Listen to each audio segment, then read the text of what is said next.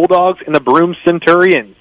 Both teams coming into tonight's contest 5-5 on the season and 2-2 overall in their respective regions. Before we go any further on this Guy's Pizza pregame show, just want to give a quick shout-out to each and every one of our sponsors as we kick off tonight's broadcast. Those are Rains on Exchange, Rogers Petroleum Incorporated, Guy's Pizza of Sandy Springs, Empire Homes, Pendleton Historic Foundation, Gettin' Chili Ice Cream Truck, West Cox Attorney at Law, Liberty Hall Bed and Breakfast, Black Tie of Anderson, Foothills Community Church, Crenshaws TV and Appliances, Tiger Express Wash, in Rowland State Farm, and Mac.Bid.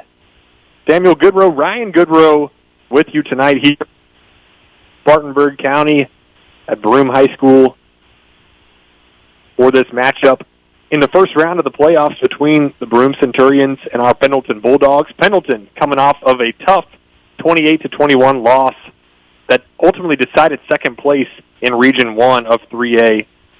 That, of course, came to the Crescent Tigers last week. Broome, on the other hand, had a big region win last week, 36-33 over Chapman, and with that, they clinched the third place spot in Region 3. So both teams on paper, Ryan, coming in pretty much at the exact same spot. 5-5 overall, 2-2 in their conference, third place in the region. Yeah, sounds like a pretty even matchup to me. I'm going to have an opportunity for both teams to try to get out to a good start, see who can control the scoreboard. Of course, we've heard about some injuries that the Centurions have suffered the last couple of weeks. We'll talk a little bit more about that in just a moment. But from what we can see so far, it looks like this could be anybody's ball game. Absolutely, and a tough blow for the Bulldogs in that last week's loss determined that they would be coming on the road tonight instead of hosting a round one playoff game. Crescent, of course, now hosting Union County tonight in round one. But the winner of tonight's game between Broome and Pendleton will likely be moving on next week to play at Powdersville, a team that each team has already faced this season. Ryan alluded to an injury that Broome has suffered in the late stages of this season. That was to their starting quarterback, Jamison Derryberry, who threw for 1,700 yards this season and 12 touchdowns prior to being injured in the team's ninth game. He is being replaced tonight and over the past couple games by junior quarterback Braden Simpson, who comes in just 15 of 19 through the air for 175 yards and 2 touchdowns. But, Ryan, one caveat to Simpson's insertion at quarterback is Broome's offense loses its top receiver. He was the leading receiver with 656 yards and 6 touchdowns prior to the injury to Derryberry. That is definitely going to have an adverse effect on the Centurion offense here tonight. Oh, yeah, you get weaker not only at one position but at two. And then from what I could tell, it looked like Simpson was also a two-way player that plays a good bit in the secondary. So it'll be interesting to see if he's able to keep that up, even as he's playing quarterback, because if not, then you actually get weaker at 3 different positions because of one injury. That would be a tough blow.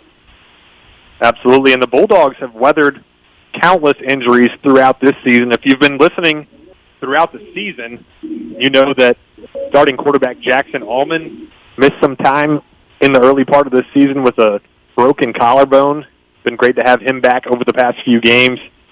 The Bulldogs without Jace Harrison Whitner tonight, a playmaker, especially in the kickoff return game, but also a starting DB for the Bulldogs. So his loss likely going to be felt as well tonight for the Bulldogs. And then just throughout the roster, Trent Garner missed some time. You had Calhoun Mize miss a couple of games. Even some receivers that missed a game or two throughout the course of the season. Good to see the Bulldogs come into this game pretty healthy in totality outside of Jace Harrison Whitner. And I think the combination of all these factors, especially with Broome being without its quarterback, really are just previews into the fact that we're going to have a close game on our hands tonight. Yeah, I think it's going to just come down, probably to turnovers. Who can control the line of scrimmage a little bit better? That's one of the things we'll talk about in a few minutes with Broome. Definitely a dynamic running attack. So Pendleton's going to have to work hard to solve that. But, yeah, could be anybody's ball game tonight. Looking at the common opponents between the two teams, both teams have faced Chesney, Powdersville, and BHP this season. Pendleton lost 35-21 in the season opener at Chesney, while Broome won in overtime against Chesney. I don't have the score written down, but an overtime win for Broome in that one. Both teams also faced Powdersville. Pendleton lost 35-7 to Powdersville early in the season. That was the second game that Pendleton played without Jackson Allman at quarterback. Broome, however, won in a shootout against Powdersville, 50-45. Now, this is especially relevant because the winner of this game likely will be heading to Powdersville next week for round 2 of the playoffs. So just file that away in the back of your minds. BHP was the third and final common opponent shared between these two teams. Pendleton lost 55-22, at BHP, while Broome lost 49-9 in their season opener. So obviously the transitive property is not the end-all, be-all in high school football. We know that. But when it's the only commonalities between the two teams, you kind of think that Broome has the slight edge in this one tonight and that the Bulldogs are going to have to play their A game to win this one. Yeah, you would think that just by looking on paper, especially with that Powdersville matchup in my mind. Of course, then hearing about Derryberry being injured and the starting quarterback not being able to play, that certainly plays into who should be the favorite tonight. So it's just going to come down to how good can Simpson step in and play the quarterback position for just the second full game of the season. That will have a lot of weight in determining the outcome of this game. Appears that captains have already taken the field. Captains for Pendleton were Dax Allen, Trent Garner, Bray Spear, and Corday Chapman. For Broome, Taekwon Booker, Jalen Ramirez, Asher Littlejohn, and Ricky McCullough. Broome is going to be receiving the opening kickoff of tonight's contest, and it is time for Ryan's 3 keys to tonight's game. Well, I think key number 1 for certain is going to be stopping the run, especially with Derryberry out of this lineup. The Broome Centurions have Taekwon Booker in the backfield. He was the number 4 running back in 3A, averaging 125 yards a game. So stop the run. Number 2, mix up the defenses to try to confuse Simpson at quarterback. And then we're going to need a balanced attack on offense to keep this time of possession, keep the ball out of Taekwon Booker's hands. Brody Sprayberry's kick is away, and we are underway in the first round of the South Carolina High School League 3A playoffs. Kick is fielded by number 7. That is Reese Wagerman. He brings it out across the 30 to the 34-yard line, and so that is where the Broome Centurions offense will begin on its first possession of the game, starting from the left hash, going from our right to left. We are stationed in the press box overlooking the home sideline here at Broome High School. Very nice facility, a pregame light show, a lot of cool effects here to really get the crowd into the game. The crowd still filing in for this 7:30 kickoff. Broome is ready to get things started on offense. Simpson takes the shotgun snap. He's going to fake the give to his running back, Booker, go right up the middle for a gain of a couple yards. Interesting start there for the Centurions, keeping the ball in the hands of Simpson. Not using Booker yet on that first down play. I'm sure we'll see a lot of him on this drive, though. It brings up 2nd down and 8. 2 receivers to the right for Braden Simpson and 2 to the left. Running back to his left in the backfield. Pendleton showing a 4-man front. Coming in motion is Wagerman. Simpson takes the snap. Will hand it off this time to Taekwon Booker right up the middle, and a great job by the Pendleton front. Brings him down after a gain of just about a yard or 2. Looks like Fisher Sailors and Calhoun Mize combining on the stop. Certainly nothing fancy yet from the Centurions, other than a little bit of window dressing with motion, just running the ball straight up the middle. Ball on the 38-yard line. Line to gain is the 44. 3rd and 6. Taking the snap is Simpson. He fires a screen to the perimeter to Wagerman, and Wagerman has enough for the first down. A great run after the catch as he caught the ball behind the line of scrimmage. Didn't do anything fancy, just got vertical, picked up the first down. Yeah, I saw some really good blocking out there by one of the Broome wide receivers. Looks like that was Asher Littlejohn. I was curious to see if he was going to get called for a hold, but he got away with it. Good blocking, which leads to a first down. Broome up to the line quickly, double set. Keeping it again on the quarterback read option is Simpson. He will try to bounce it outside and be wrestled out of bounds by a defensive back on the far side of the field.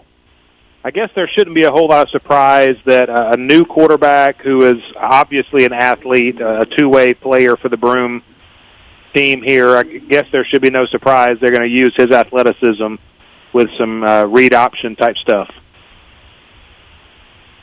Gained about 2 or 3 yards each time he has run it.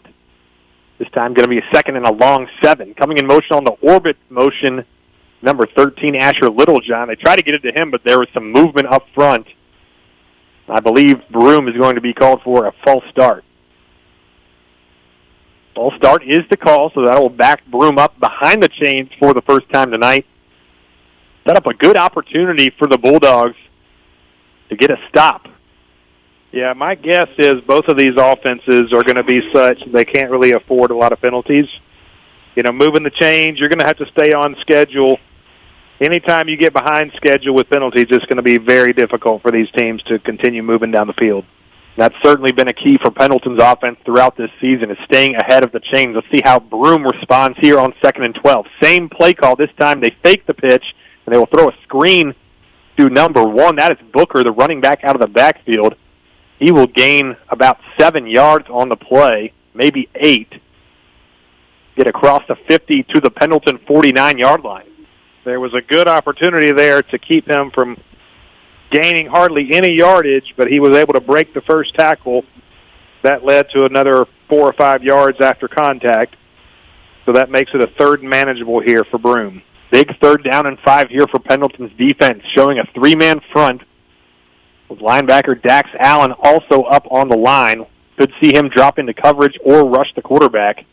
Now Pendleton showing some pressure. Tight set, direct snap to the running back, Booker. Booker churning his legs. He's going to be close, but I don't think he got there. He's going to be marked 2 yards short of the first down. Pendleton thinks the ball came out at the end of the play, and it did.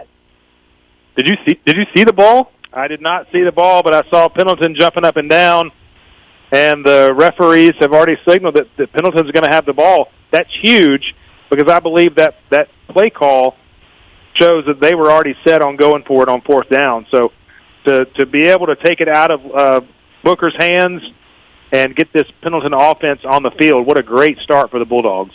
Absolutely. The Bulldogs taking over now at their own 46-yard line. Now the offense has a chance to strike first. Allman takes the shotgun snap, fires it on the perimeter to Collimore.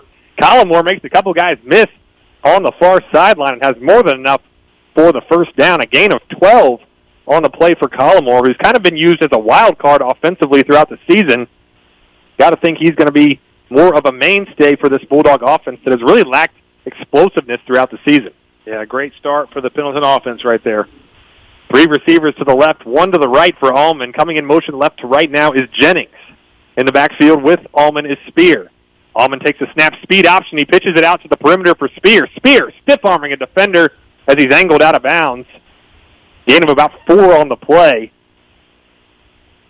Pendleton staying on schedule through 2 plays, which was the key of ours just a few moments ago. My guess is we're going to see the same thing out of Pendleton that we're going to see out of Broome. I think this is 4-down territory right here.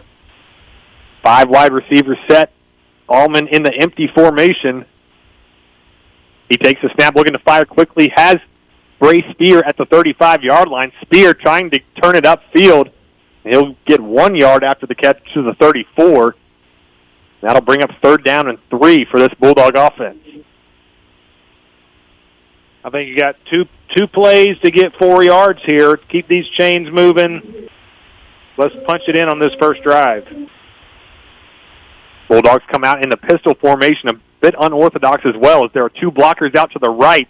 And that might have been a tell for the Broome defense, a stretch play to the right with Spear trying to follow those 2 blockers off the line, and he is tackled for a loss of 2 yards to bring up 4th down and 5.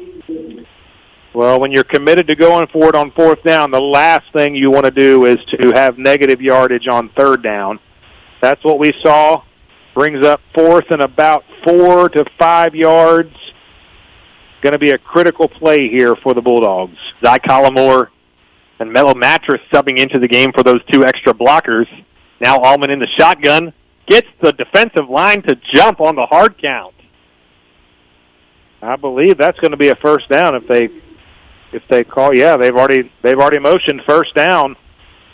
Great job of engineering the offense there by Jackson Allman, going with the heavy count, hard count. The hard count has given and has taken away from these Bulldogs throughout the season. This time the beneficiaries of it, the lack of discipline by Broome, gives Pendleton the first down at the 31-yard line.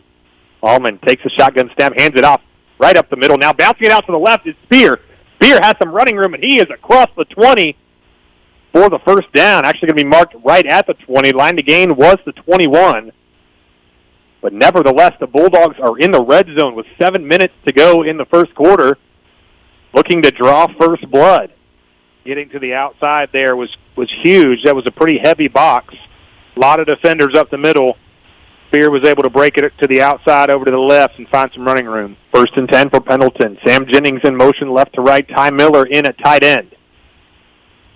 Allman takes a snap, fakes the handoff, and it looks like Zy Collmore, the receiver on the far side, got a bit of a head start. That will be a false start against the Bulldogs and back them up 5 yards.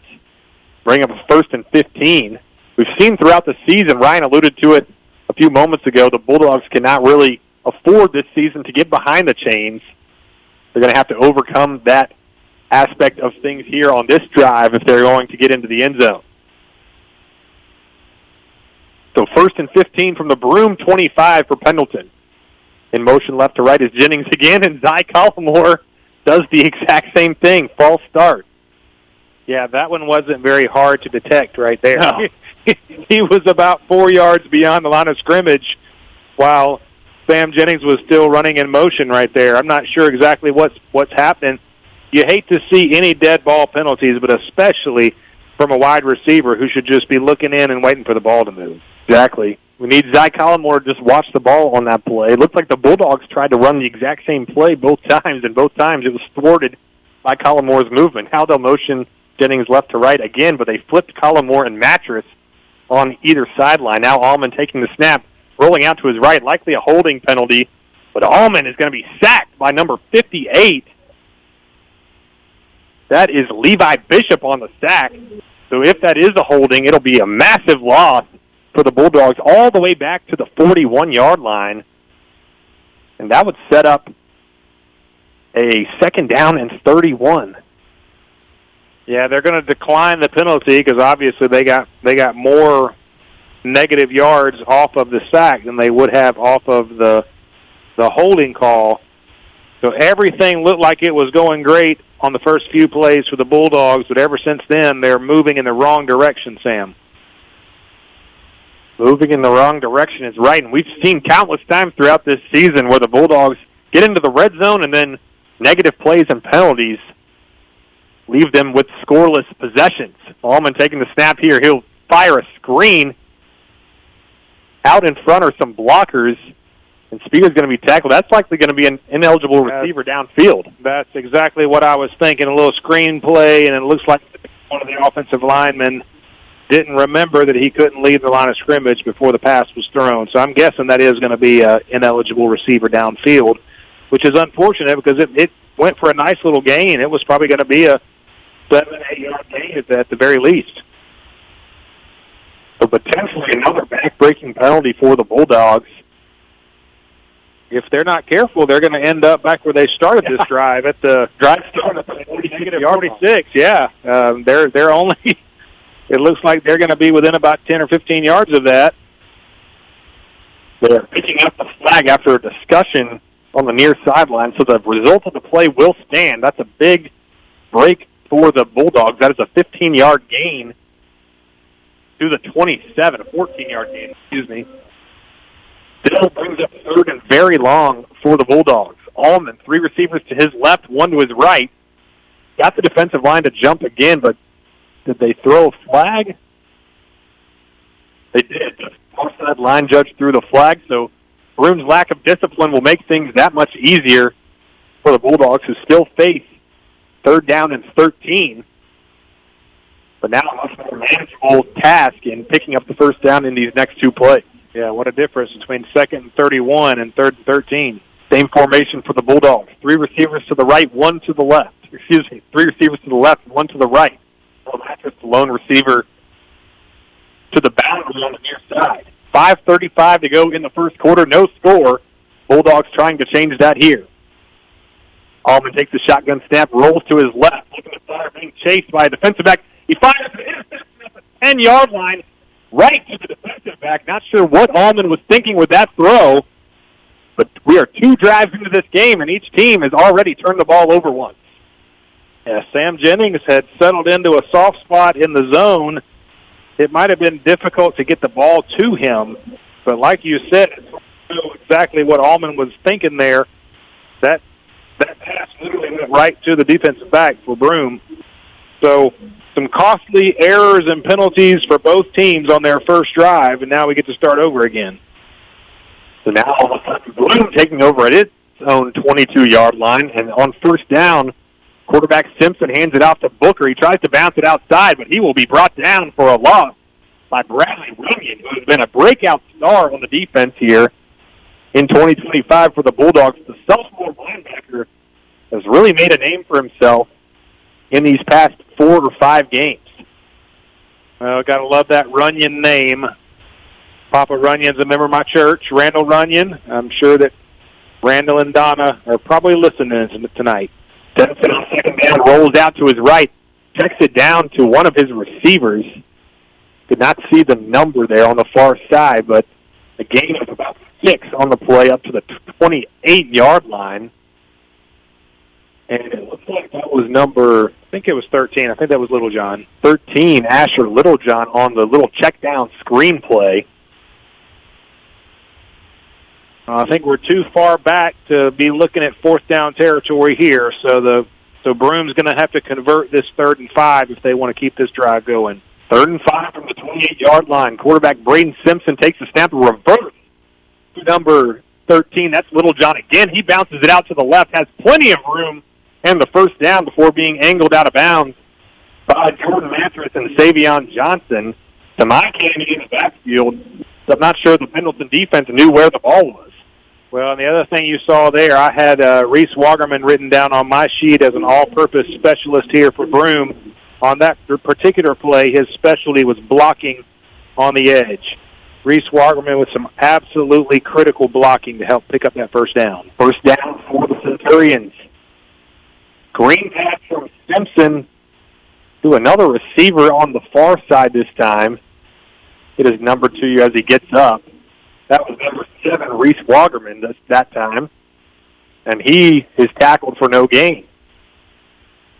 Bring up 2nd and 10 from the 43-yard line,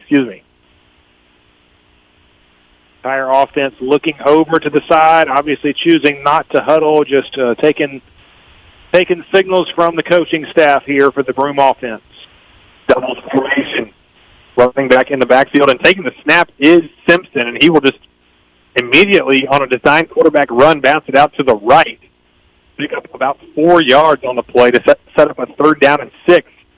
Right shy of midfield at the 48-yard line. Yeah, definitely seeing some athleticism there by Simpson. Haven't seen him do much passing yet, so it'll be interesting to see if they can get the passing game going a little bit later. So far, he has not been shy in his running. Been a simple game plan so far for Broome. Running the ball and screen passes so far. 3 receivers to the left, 1 to the right. Now rolling out to his left is Simpson looking for a receiver. Has to check down Wagerman right at the 50. And Wagerman, after the catch, has enough for the first down by a couple of yards into Pendleton territory at the 45-yard line. So great display of athleticism by Simpson to roll out to his left and wait for Wagerman to clear the zone defender. Checked it down to him, and Wagerman did the rest.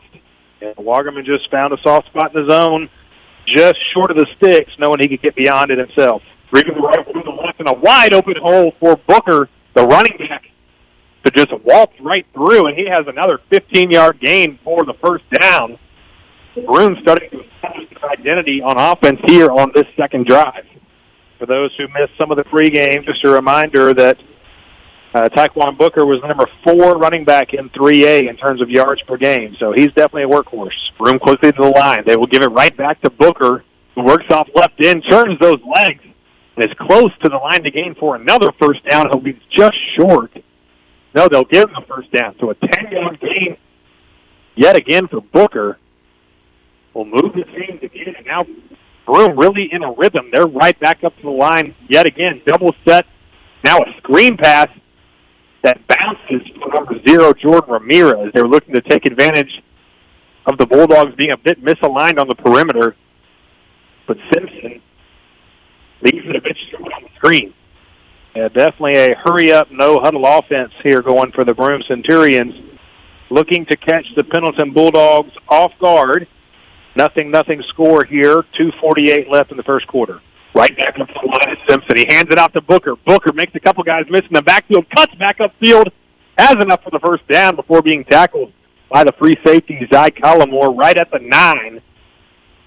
So it sets up first and goal on the right hash for Broome, going from our right to left. Looking to draw first blood here with 2:40 remaining in the first quarter. This drive started at the 22-yard line of Broome 7 plays ago.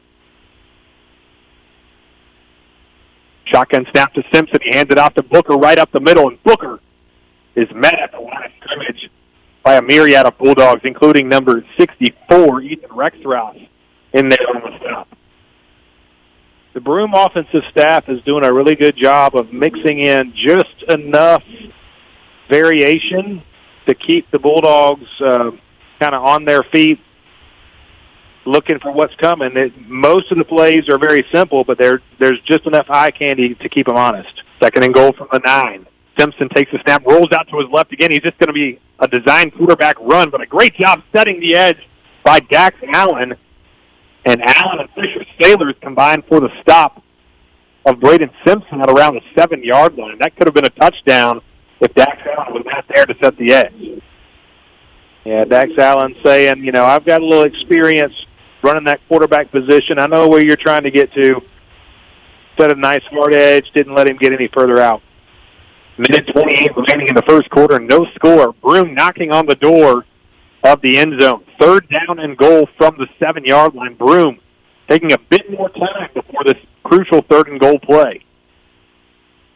Yeah, it looks like the coaching staff is a little bit more methodical in deciding what plays they're going to run right now. Extra offensive lineman in, really tight set, and a false start as they were looking to get the direct snap to Tyquan Booker. Yeah, the Broome coaching staff was trying to get a timeout right there. I'm not sure if they ended up getting granted the timeout. Oh, they did. Before the penalty, they must have seen something they didn't like because they were running towards the referee trying to get a timeout, and it looks like that's what we have. So it is a timeout. We'll take a quick one with them.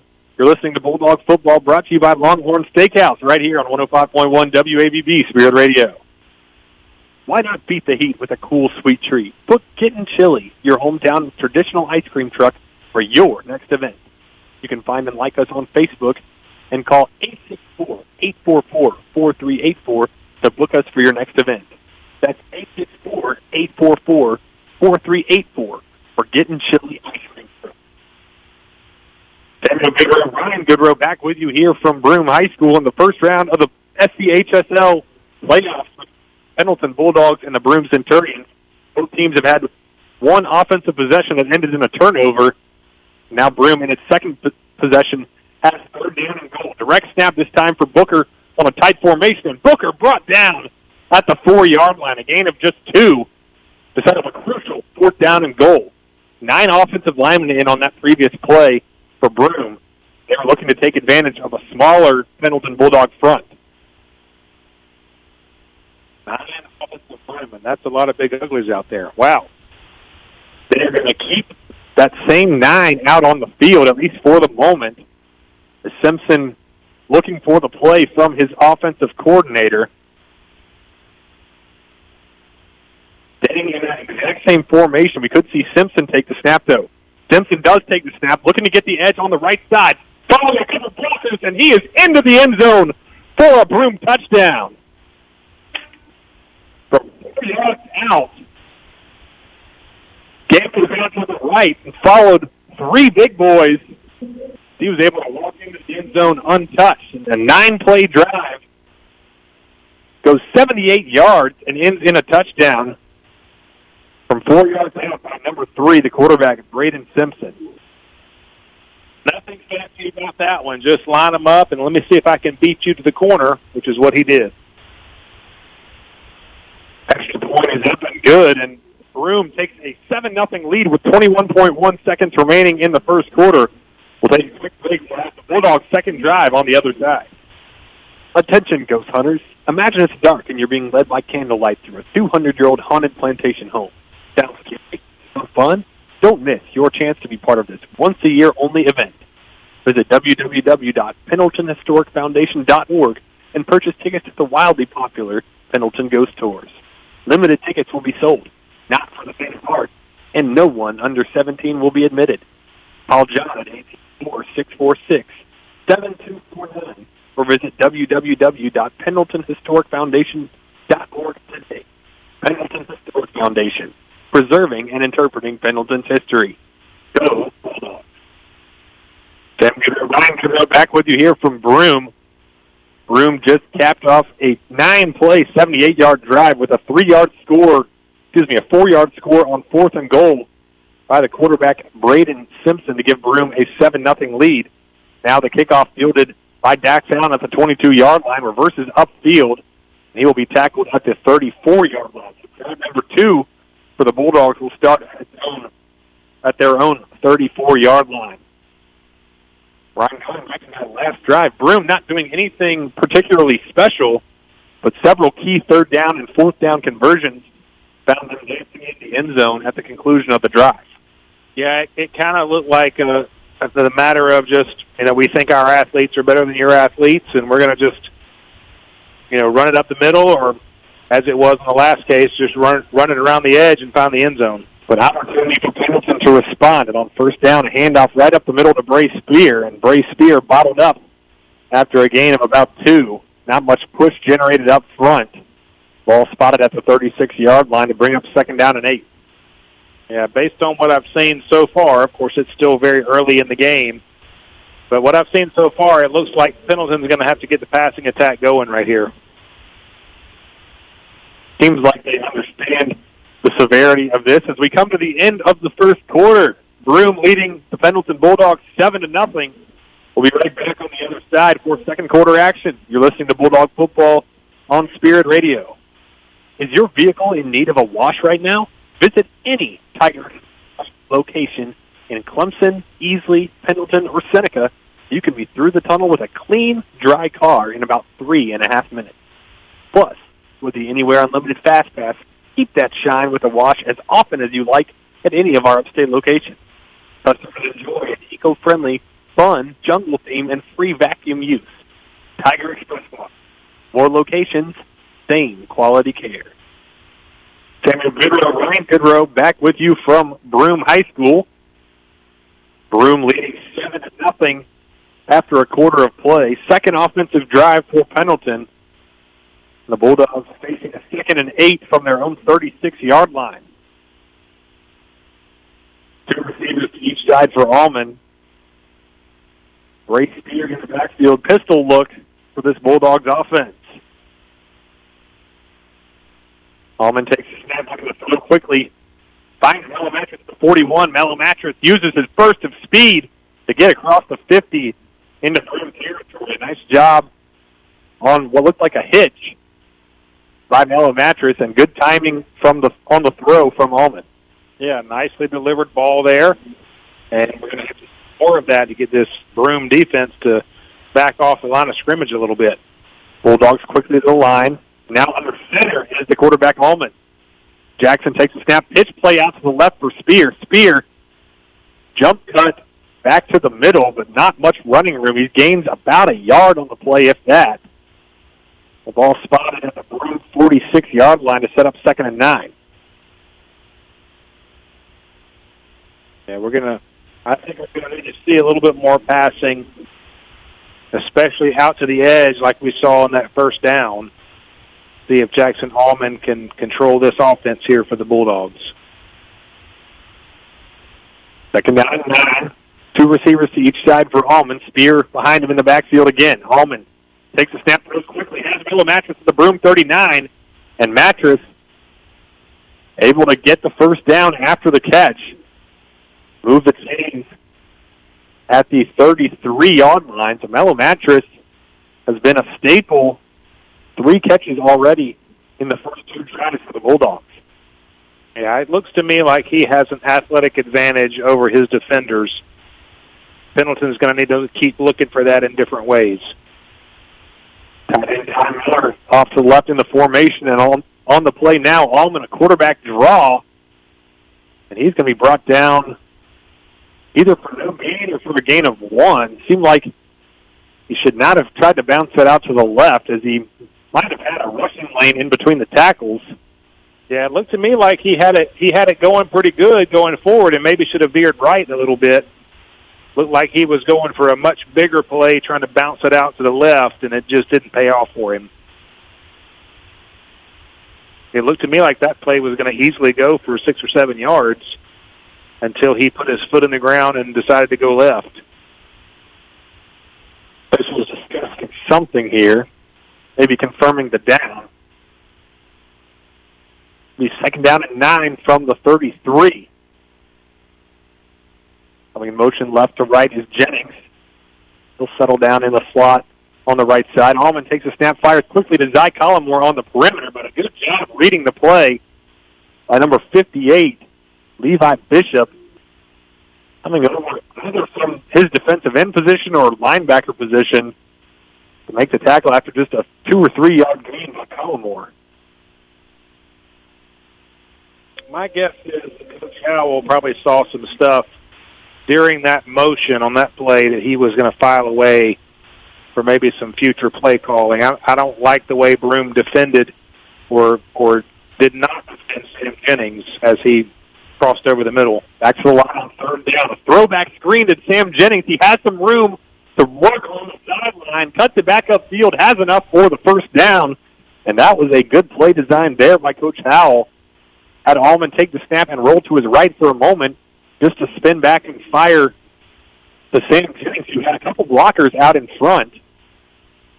Bulldogs able to take advantage and move the chains for another first down to bring up 1st and 10 from the Broome 17. 2 to the right, 1 to the left for Allman. Spear right behind him in the formation. Allman hands it to Spear, and Spear working off the left side of the offensive line. Gained a few yards on the play. Looks like 4 or 5 yards. The Bulldogs looking to respond with a touchdown of their own here as they trail 7-0 with 9:20 remaining in the first half. Bulldogs do not appear to be getting a lot of movement up front. Seems like all of the rushing yards are either coming on the exterior or they're coming through the quarterback run game on a fake read there. 7th play of the drive upcoming for the Bulldogs. 2nd down and 7 from the 13. Allman fakes the give, looking to throw to his right, puts his foot in the ground and gets upfield. Or finally being tackled at the 5-yard line. That should be enough for another Bulldog first down, and it is. Some savviness in the pocket by Allman. Probably the best run we've seen from him all year. That's the 1st and goal from the 5 for Pendleton. Yeah, very nice job of avoiding the defender there. It looked like he was going to be either sacked for no gain or maybe even a loss of yards there, but he, like you said, he put his foot in the ground and was able to pick up good yardage. 1st and goal from the 5. A fade ball back of the end zone for Mellow Mattress, and it comes down to the touchdown. A great play as the Centurions were in man coverage, and Jackson Allman took the snap and fired it up quickly to Mattress, kind of catching the crowd style, and Mattress able to get up and over his defender. The Bulldogs get into the end zone and are looking to tie, ending this Brody Sprayberry extra point.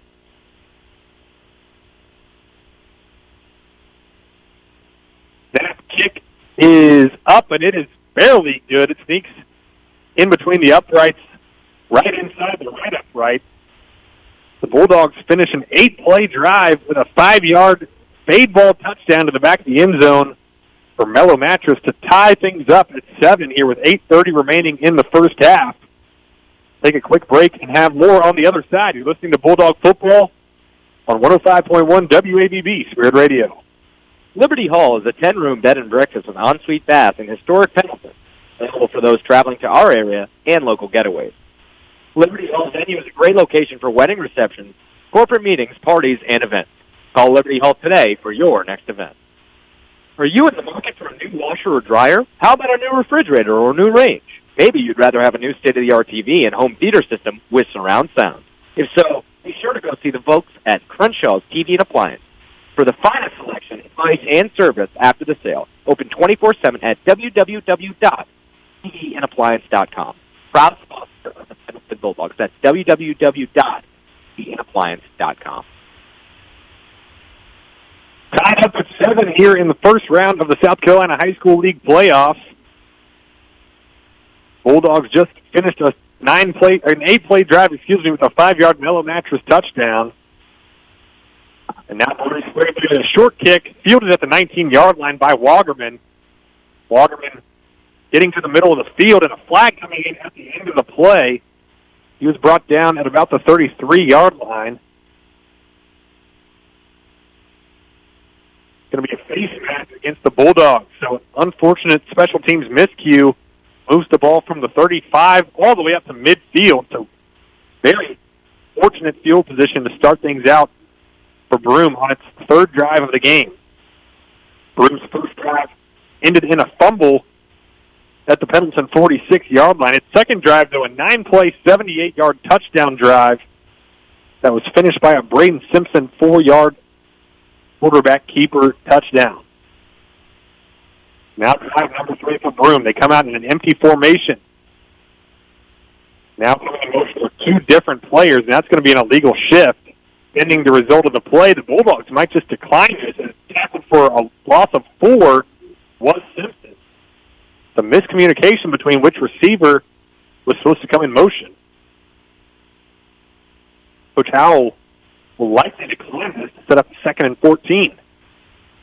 Yeah, that could have either been confusion among the receivers with both of them not supposed to be in motion, or it may have been, a guy that's used to playing quarterback who doesn't understand that at least one of those guys, well, I guess both of them have to get set once they're in motion together. So either way, definitely some miscommunication here by the Broome offense. To bring up 2nd and 14 from their own 46, and now Simpson takes the snap, hands it off to Booker, and Booker met at the line of scrimmage by 3 white jerseys, including Bradley Runyon and Dax Allen. A great job to limit him to a just 2-yard gain instead of 3rd and 12. And just like that, the Bulldogs defense has another opportunity to get the ball right back. I'll tell you that Booker does not have the build that I was expecting when I saw his stats.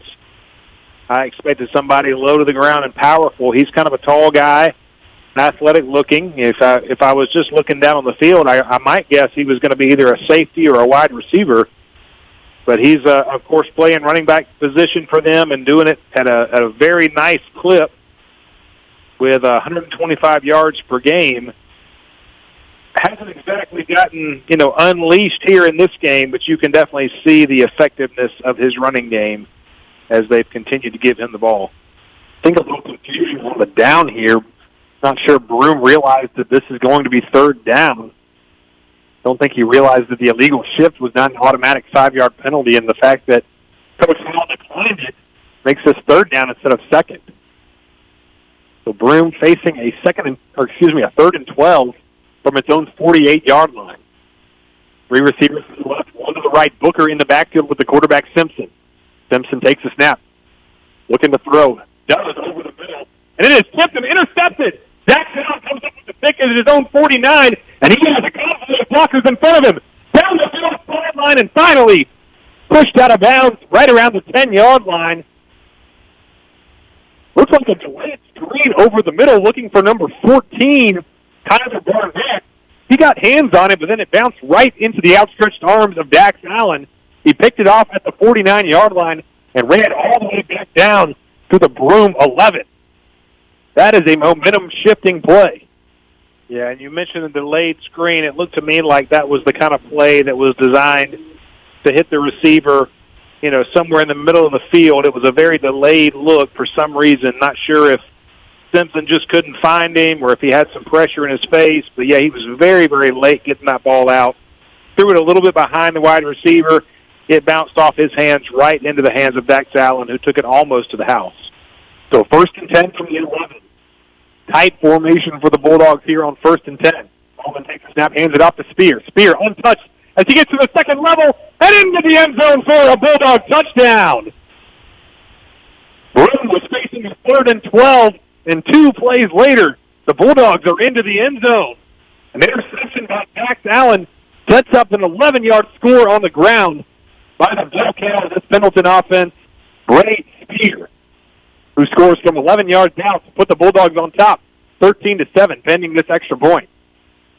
Well, we said earlier, Samuel, that this kind of game was probably going to come down to key turnovers and big plays.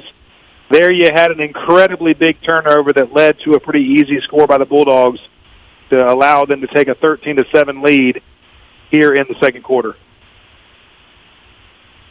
That's the hold are good. The kick is up, and the kick is good as well.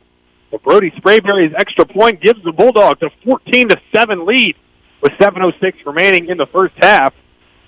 You're listening to Bulldog Football, brought to you by Longhorn Steakhouse right here on 105.1 WABB Spirit Radio. Looking for a place to connect and build community? Join us at Foothills Church in Pendleton. We meet every Sunday at 10 a.m. at Pendleton High School. Whether you're new to exploring your faith or looking for a new church home, you're welcome here. Come experience uplifting worship, a message with real-life application, and a community that cares. That's Foothills Church, Sundays at 10 a.m. at Pendleton High School. We can't wait to see you there. West Cox Law Firm in Pendleton is proud to sponsor the Bulldogs. For help with real estate, wills, probate, or your small business, go see West Cox Law Firm in Pendleton. There is nothing on your legal needs as the Bulldogs on a Friday night. Go to westcoxlaw.com after tonight's victory party to make your appointment. Rowland Kudrow back with you here from Broome High School, where the Bulldogs have taken a 14-7 lead over the Broome Centurions. Kickoff by Brody Sprayberry is fielded at the 15-yard line and returned out to the 24. They'll give it the 25, and that is where Broome will take over after a costly turnover interception thrown by quarterback Braden Simpson to linebacker Dax Allen at the Pendleton 49. Returned to the Broome 11-yard line that set up an 11-yard rushing touchdown on the first play from scrimmage for the Pendleton offense on the drive from Bray Spear. Huge sway of momentum in this game, and now Broome looking to respond. They have the ball 1st and 10 from their own 24-yard line. Simpson takes the snap, hands it off to Tyquan Booker. Booker untouched as he gets to the second level. Has a couple of guys to beat, and Savion Johnson brings him down, but not before a gain of 23 yards to the Broome 48. Nice run there by Booker. Nothing fancy. He does have a nice little cut at the end. He has shown a little bit of elusiveness at the point of attack. Big run there.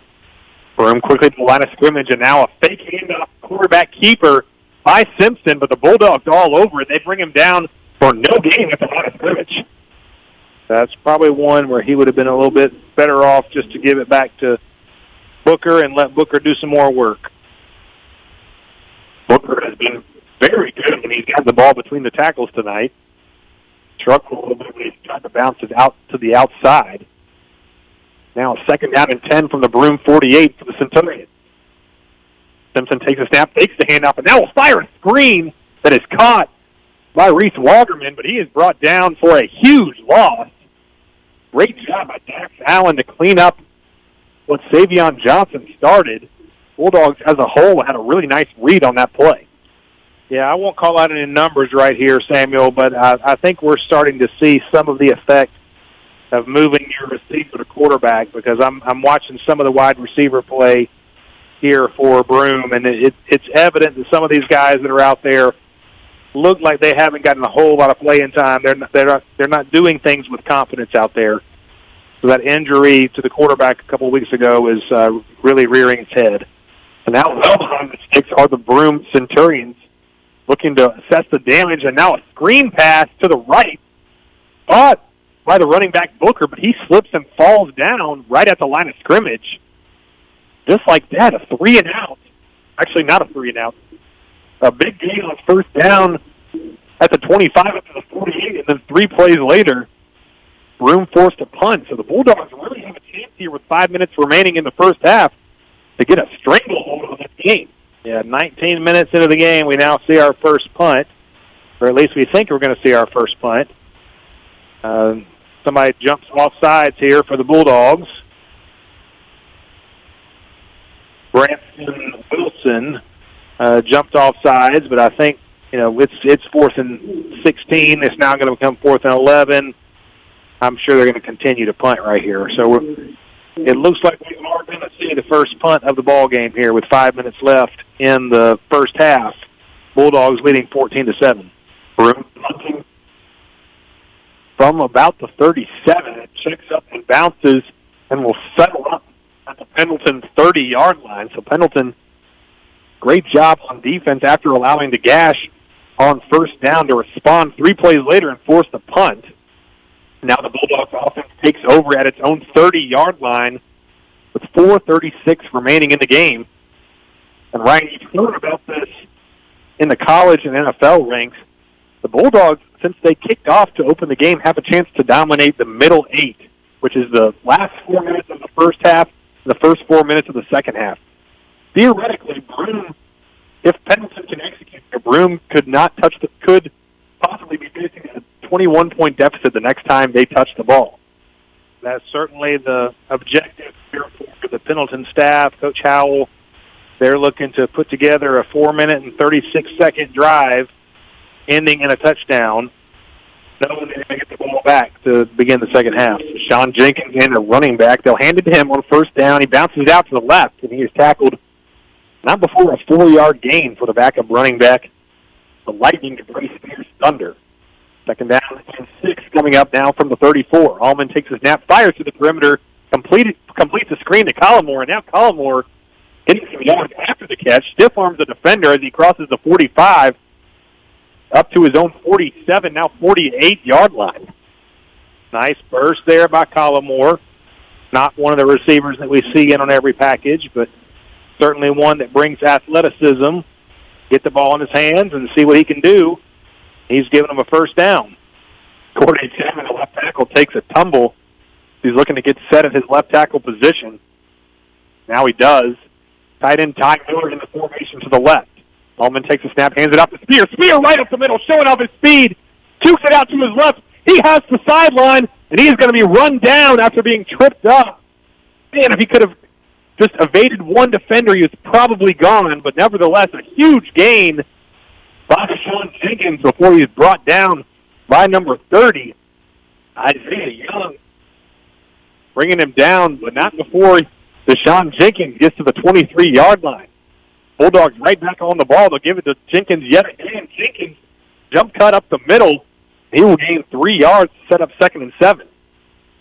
Yeah, obviously the word spear came out of your mouth on that previous play because that's really all we've seen throughout this ball game. We haven't seen a whole lot of Jenkins yet, but his first 2 carries, he has been moving in the right direction. Big play on his first carry, and then a few more yards on the first down leads to a 2nd and 7 here for the Bulldogs. 2nd and 7. Allman takes a snap, hands it off to Jenkins again. Jenkins looking to get out to the outside, but setting the edge nicely were the Centurions, and they will tackle him after a gain of just 1. And with 2.5 minutes, you got to think this would be a time for Broome to take a timeout. They have 2 remaining. They have not decided yet. The Bulldogs have it at the Broome 19. Yeah, that would have been a nice place for a timeout. They could have preserved about 10 or 15 seconds for their own offense. Bulldogs leading 14-7, 2 minutes and 10 seconds remaining in the first half. Bulldogs looking to add to their lead, facing a 3rd down and 6 from the 19. Allman takes a snap, looking to throw. Steps up in the pocket after being pressured, overthrows his intended receiver. Looks like might have been a miscommunication on the option route. I believe that's number 80. Looks like number 80, Spencer Martin, was the intended receiver on the play. So with Pendleton's situation. This isn't a spot that is within Brody Sprayberry's field goal range. So a big play here. The offense stays out there. 4th down and 6. Or 4th down and 5 from about the 19-yard line. In motion right to left is Jennings. Allman takes the snap, and not everyone got set. So a false start will make it that much more difficult here on 4th down for the Bulldogs. Man, not at all what you want to see. If it's going to be 4-down territory, you want to see a few yards picked up on 3rd down, and then you want to convert on 4th down. Instead, they have that incomplete pass on 3rd, and they back themselves up on 4th down. Now they're facing a 4th. Scoreboard says 4th and 10. And what I'm looking at looks more like 4th and 11. Looks like Coach Howell is going to leave the offense out on the field and then see what he can draw up, try to pick up this 1st down. 1:45 remaining in the first half. Pendleton leading 14-7, and it looks like Coach Howell is now going to call a timeout. We'll take a quick one with them. 4th and 11, forthcoming for the Bulldogs as they lead 14-7 with 1:41 remaining in the first half at Broome in the first round of the playoffs. Stay with us. You're listening to Bulldog Football on Spirit Radio. Guy's Pizza in Sandy Springs is the official pizza of Pendleton High School football. Come see us on Highway 76 right across the street from the Michelin plant in Sandy Springs. We're the home of the famous and award-winning Bird Dog Pizza, along with many other specialty pizzas. We also have wings, calzones, strombolis, hot subs, dessert pizza, and much more. To place an order, call 864-375-1410 or stop by and dine in with us. Guy's Pizza in Sandy Springs, proudly serving the area for over 10 years. Back with you here from Broome High School, Pendleton leading 14-7 over the Broome Centurions in the first round of the 3A South Carolina High School League playoffs. Pendleton with the ball in Broome territory at the 24-yard line, facing a 4th and 11. Ryan, you're the play caller here. What are you doing here on this 4th and 11? I don't know, but it involves Mellow Mattress for me. I'm looking for something. Get it in his hands. Mellow Mattress lined up to the field on the outside to the boundary, number 80, Spencer Martin. I think your other option is maybe to try to put Sam Jennings in motion and see if you can catch the defense sleeping. But he would be motioning to the short side of the field, so not much room over there. 4th down and 11. Mellow Mattress comes in motion left to right. Allman takes a snap, has time, flushes out to his left, lets his feet, fires, and it falls incomplete near the sideline. So a turnover on downs on what was a promising start to that drive for the Bulldogs. It'll end in no points, but they did take about 3 minutes off the clock before Broome takes over at its own 24. My guess is Pendleton just didn't get what they expected to get on that particular play call. It looked like the defense handled whatever they had coming at them. Now Broome on 1st down, a throwback screen. Wide open down the sideline. He might go the distance. I think this is Wagerman. Wagerman is finally going to be run down by Savion Johnson. Looks like a face mask at the end of the play. Boy, oh boy, what a turn and shift of momentum in this game. As this is going to end up being about a 70-yard gain on just a simple screenplay. Yeah, just a throwback screen, and he found a little gap over there. Maybe the defense was kind of just falling asleep. I don't know, but he took off, and if not for a nice angle taken by one of the defensive backs on this side of the field, that would have been a touchdown. So it definitely was Walkerman on the play. He's stubbed out of the game to catch his breath. What started on the 24-yard line, just a play later, 1st and goal on the 7 for Broome. Direct snap to Booker on 1st and goal. Booker looking for a hole, does not find one. He will be brought down right around the line of scrimmage by the Bulldog defense. Well, Sam, I know it's still very early in this game. We're not even to halftime yet, but I can't even begin to describe how important this drive is right here. If you're Pendleton and you want to take control of this game, if you want to feel good about going into halftime, you got to keep Broome out of the end zone here. 2nd and goal, another direct snap to Booker. Flag flies in. Booker charging his leg just short of the pylon at the 1. This should be against Broome. It wasn't anything that they whistled the play dead for. Are they going to call offsides? Officials conferencing at about the 7-yard line. Broome not liking the verdict, so it will be against Broome. Illegal shift against Broome. I guess either too many in the backfield or not everyone got set before the play. But that's huge because it backs Broome up 5 yards, and it'll bring up second and goal from the 12, rather than what would have been a 3rd and goal from the 1.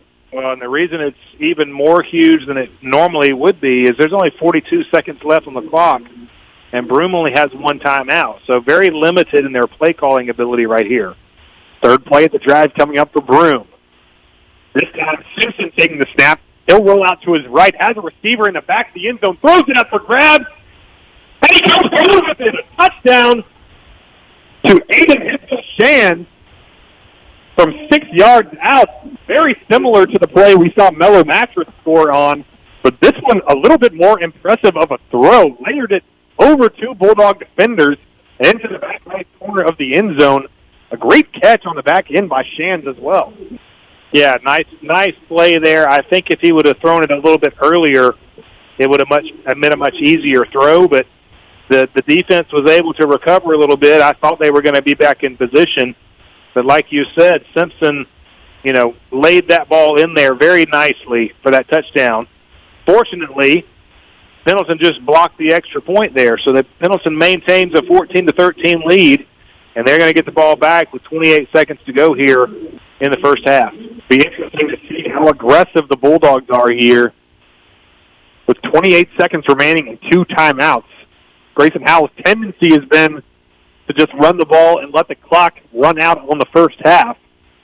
But all of that will depend on how good the kickoff return is, the positioning on the field, and the look the defense gives them prior to the first play. But Ryan, this game has been a game of several momentum shifts throughout. Broome received the opening kickoff, fumbled right around midfield, and Pendleton throws a pretty bad interception around the 10-yard line as they were looking to score for the first time tonight. And then a 9-play, 78-yard drive finishes in a Braden Simpson 4-yard touchdown.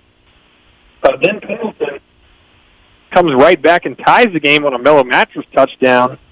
Dax Allen picks one off to set up an 11-yard Bray Spear rushing touchdown. Then the Bulldogs force a punt, but turn it over on downs at the Broome 24. Then I think the play of the game so far has got to be that screen to Wagerman that sets up the score by Aiden Shands. Absolutely. Kick is going to trickle out of bounds. Tavion Johnson almost wanted to touch that ball as it was going out of bounds. Thankfully, he didn't. Yeah, that kind of changes the outlook here for the Bulldogs. I think that moves it up to, the 40-yard line? I believe it's either the 40-yard line or Coach Howell can back them up 5 yards and tell them to kick it again. Man, it looks like they're going to kick it again. Maybe he's hoping for a big return. I'm thinking if it's the 40-yard line, you've got 3 or 4 plays worth of time remaining, but maybe he feels better about the opportunity to bust a long kickoff return here. So they are going to force them to kick it off again. They'll kick it off again from a 35-yard line. Back deep to return are Savion Johnson on the near side and Mellow Mattress on the far side. Directly in front of them, in the case of a short kick, are Zy Collimore and Dax Allen, all definitely capable of returning a kick. This one's going to be a short kick, fielded at the 29 by Savion Johnson. He'll look to reverse the field to the far sideline, looking for the edge, crosses the 40, the 45, and across the 50 before being shoved out of bounds around the Broome 48-yard line. So better field position with 9 seconds comes off the clock on the kickoff. Pendleton has it from the Broome 40, either the 47 or the 48. Looks like the 48.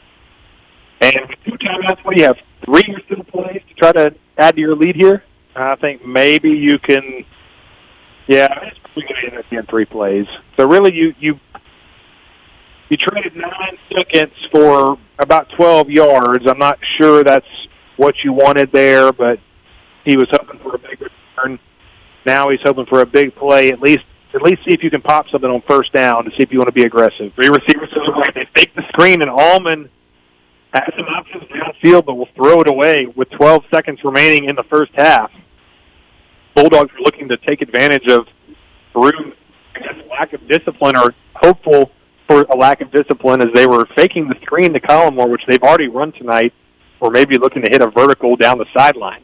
Yeah, definitely a throwaway there. Obviously, he wasn't seeing what he wanted, and he just wanted the clock to stop. Second down play. Allman hands it off up the middle to to Sean Jenkins. Jenkins runs out of bounds at the 40. Howell has a timeout in his pocket, decides, is he going to use it? Looks like they stopped the clock with 0.7 seconds remaining. I think they maybe have an argument for, depending on when he called the timeout, should have around 4 or 5 seconds left. Yeah, I don't think that matters a whole lot. As long as you got more than 1/10 of a second and you're going to be able to snap the ball, we're down to one play anyway. So nice little burst there by Jenkins. I think that's one thing to kind of file away for the second half, is that Deshaun Jenkins looks to be a nice little change of pace back that is probably going to see a little bit more action in the second half.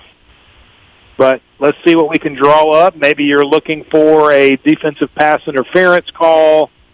Maybe you think you can fool them and get them out of one particular area and then throw the long ball, and I'm not sure Jackson Allman has that kind of an arm. So I think you're looking either for a hook and lateral type deal, or you're looking for a defensive pass interference. The Bulldogs come out in a formation from the right hash. They have Sam Jennings all by himself on the outside to the near sideline, and 3 receivers bunched up to the right on the far sideline. 0.7 seconds to go. Last play of the first half. Allman takes the snap, heaves for the end zone. It was tipped, and it is intercepted at the 20. Bulldogs will tackle the intercepting player at the 25. Intercepted by, I believe, number 10. That is number 10, Aiden Shan, same player that caught the touchdown on offense. The Bulldogs will take a 14-13 lead into the locker room at halftime on the road here at Broome in round 1 of the South Carolina High School League 3A playoff. Ryan, your thoughts on the first half as we transition to the Rogers Petroleum halftime show? Oh, honestly, a little bit sloppy by both teams. Both teams had opportunities to kind of control the first half, but neither team could really get out of their own way. You know, you just at a quick glance at my sheet here, I'm seeing 4 different turnovers in the first half. So just kind of sloppy play. Let's see who gets it cleaned up, who can kind of dial in what they want to do on offense. But certainly a lot of work left to be done for both teams. Certainly work left to be done for both Pendleton and for Broome. For now, the Bulldogs leading 14-13 as we transition to the Rogers Petroleum Incorporated halftime show. And with the conclusion of our senior spotlight interview series last week, I thought it would be pretty interesting to go back to our first senior spotlight interview series, or first 2 senior spotlight interviews of the season, with 2 of the captains from tonight's game, Dax Allen and Trent Garner, who have just been great leaders for this senior class and for this team as a whole throughout the season. I caught up with them prior to the Week 1 game. It'll be interesting to hear their perspective on the season, as we now have 10 games between those 2. So it is time for the Senior Spotlight interview series to continue with Dax Allen and Trent Garner right here on 105.1 WABB Spirit Radio.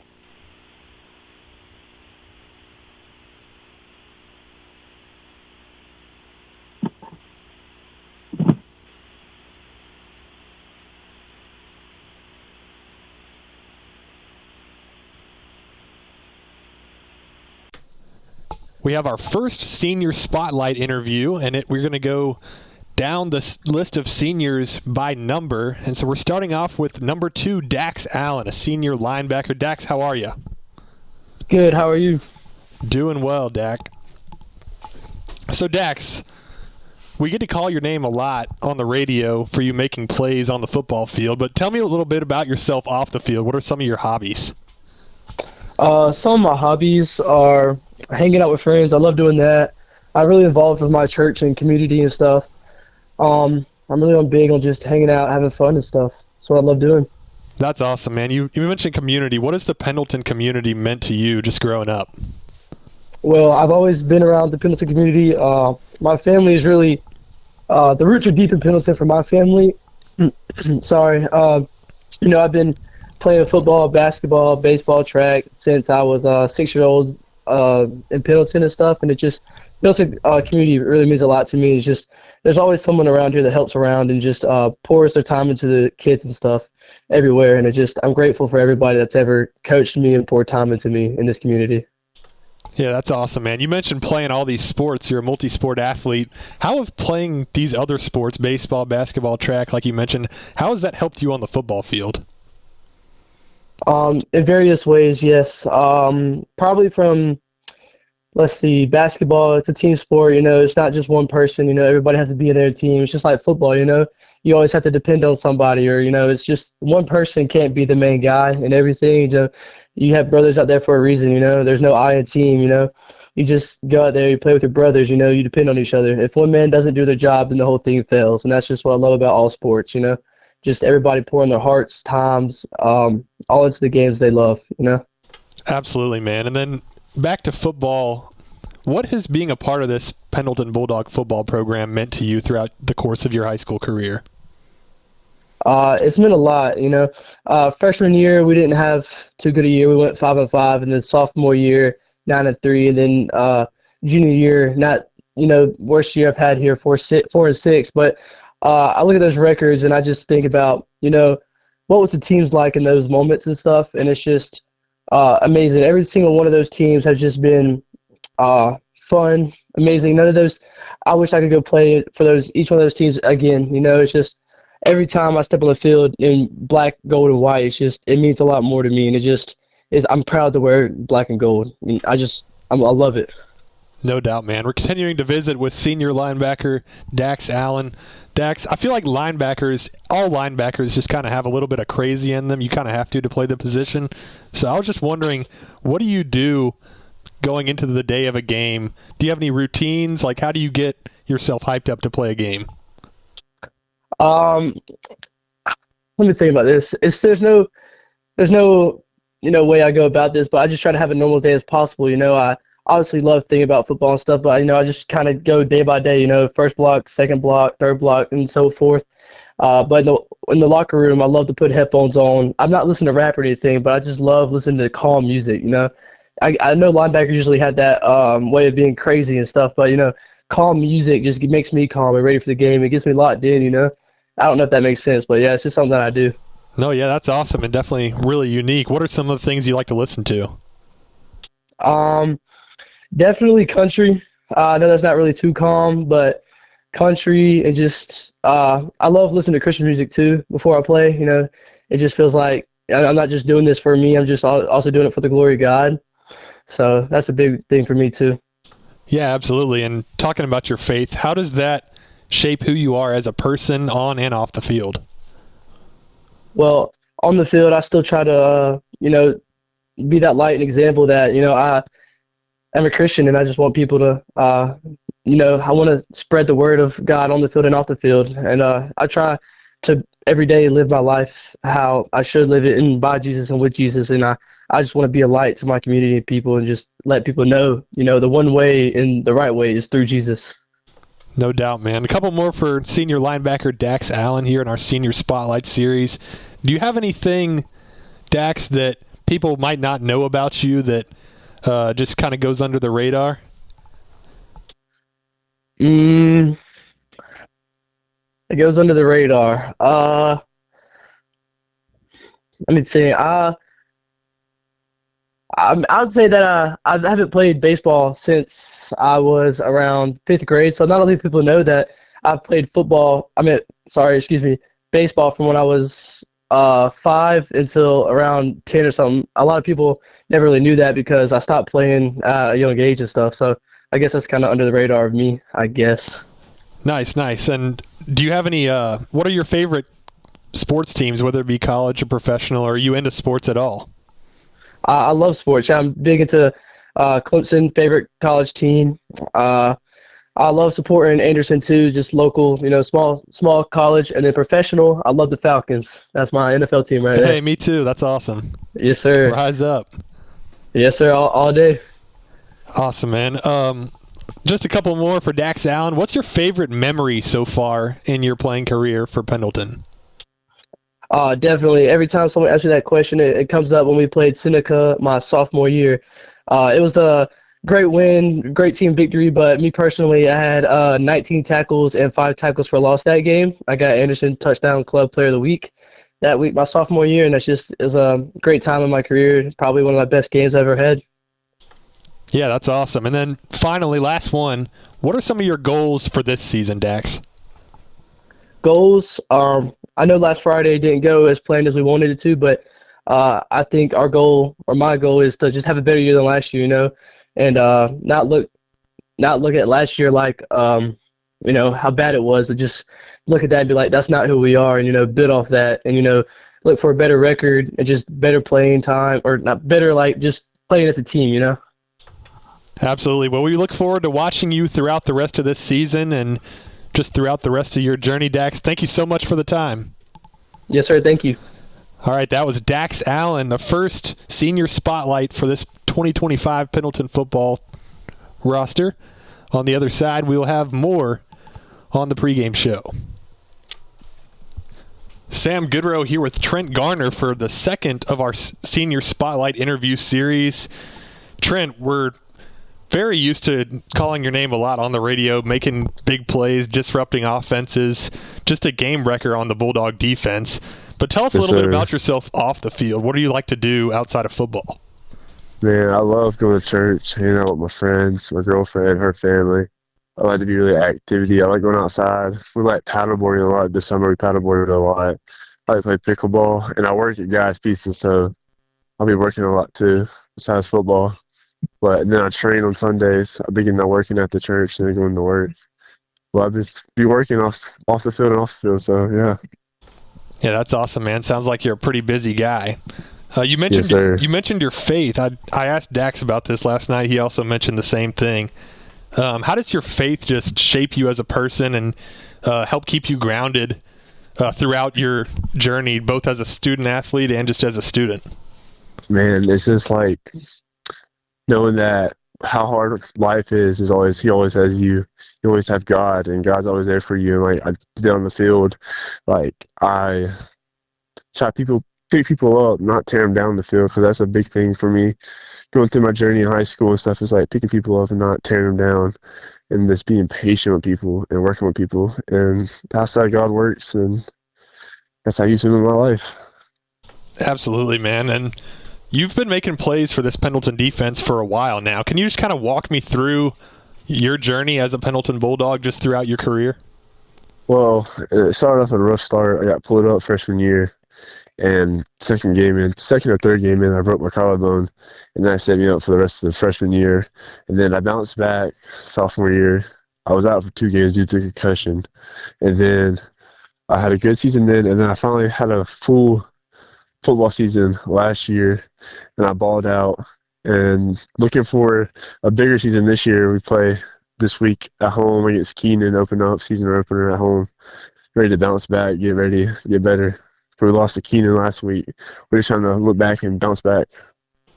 Yeah, absolutely. And as we get closer to game day, which is tomorrow, actually, when we're recording this on a Thursday night. What's your pregame routine? Like, what does the Friday of a game day look like for Trent Garner? Man, we open car doors open in the morning, and then I get me something for the brews in the square, and then I go to school, weight lift, go through school and all that. And then right after 3:30 hits, I'll lock in. I put my headphones in. I just focus on me and the team, and make sure there's no playing around and stuff. Just got to lock in, because if we're not locked in, anything can happen. And so we'll get taped, and when I hit that field, it's time to lock in. So it's just me and them till the game's over, till last buzzer hit. No doubt. We're continuing to visit with senior defensive end Trent Garner. Trent, you mentioned you put your headphones in, you lock in. What are some of the things you like to listen to? Sometimes. It depends on what mood I am and who we play the week. But I usually just put some, like, calm, smooth music on, you know. Sometimes I listen to faith music, sometimes I lock in, but sometimes whoever play, if it's bad, I'd be listening to that rap sometimes. Oh, yeah, no doubt, no doubt. Dax also mentioned that he likes to listen to calm music as well, so that's very interesting for sure.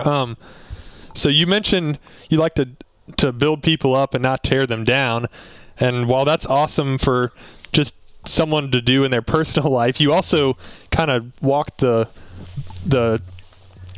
tightrope very well in doing that while also being a game wrecker on defense. So what does it take to just kind of separate just being a nice guy from being a dog on defense?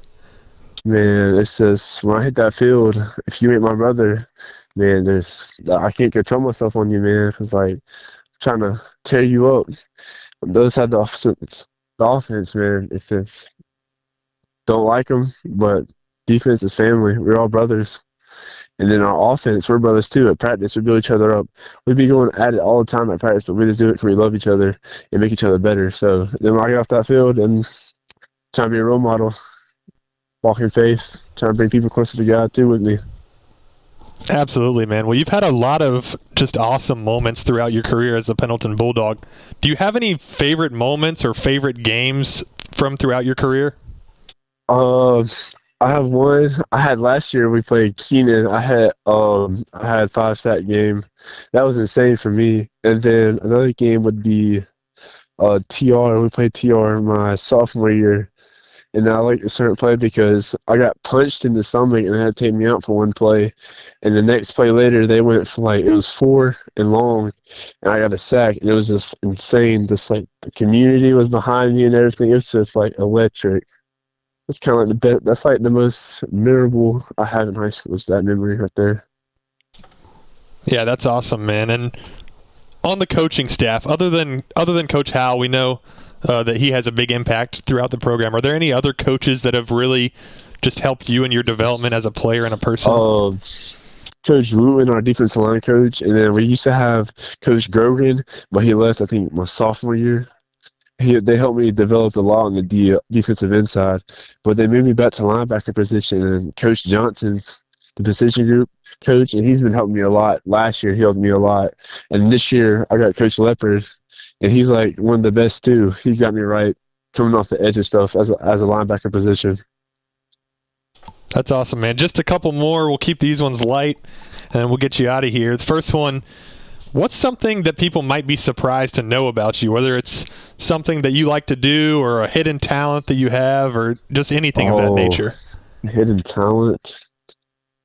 I can't sing or can't dance, so that's not a talent. But I'm really good at pickleball. That's a good talent I had. I'm pretty good with the pickleball paddle. That's awesome. I'm a pickleballer myself. We might have to get out there and play sometime. Sounds good with me. Let me know. Yeah, and then last one, Trent. Do you have any favorite? Are you a big sports fan? Do you have any favorite sports teams, whether it be professional or college? I do. Yeah, who are they? Well, my dad's from Georgia, and so they're really big Georgia fans. It's kind of wore off on me, so I'm a big UGA fan, but there's a big game going on down the road from us, Clemson and LSU. And I got Clemson this week. The Tigers. That's what I like to hear. I'm a Clemson student, so I'll forgive you for being a Georgia guy. But yeah, we're excited for that one. And Trent, we're so excited to watch you guys against Keenan on Friday night. That's going to wrap up our senior spotlight interview with Trent Garner. Yes, sir. Thank you so much. Absolutely, Trent. Thanks for your time. Back with you now from Broome High School, where the Bulldogs are enjoying a 14-13 halftime lead over the Broome Centurions in round one of the South Carolina High School League 3A playoffs. A game that has featured a lot of shifts and swings of momentum throughout that first half. We're about 2 minutes away from kickoff, so we'll hear from some of our sponsors. On the other side, we will have the second half of action. The Bulldogs look to advance to round two. You're listening to Bulldog Football, brought to you by Longhorn Steakhouse on 105.1 WABB Spirit Radio.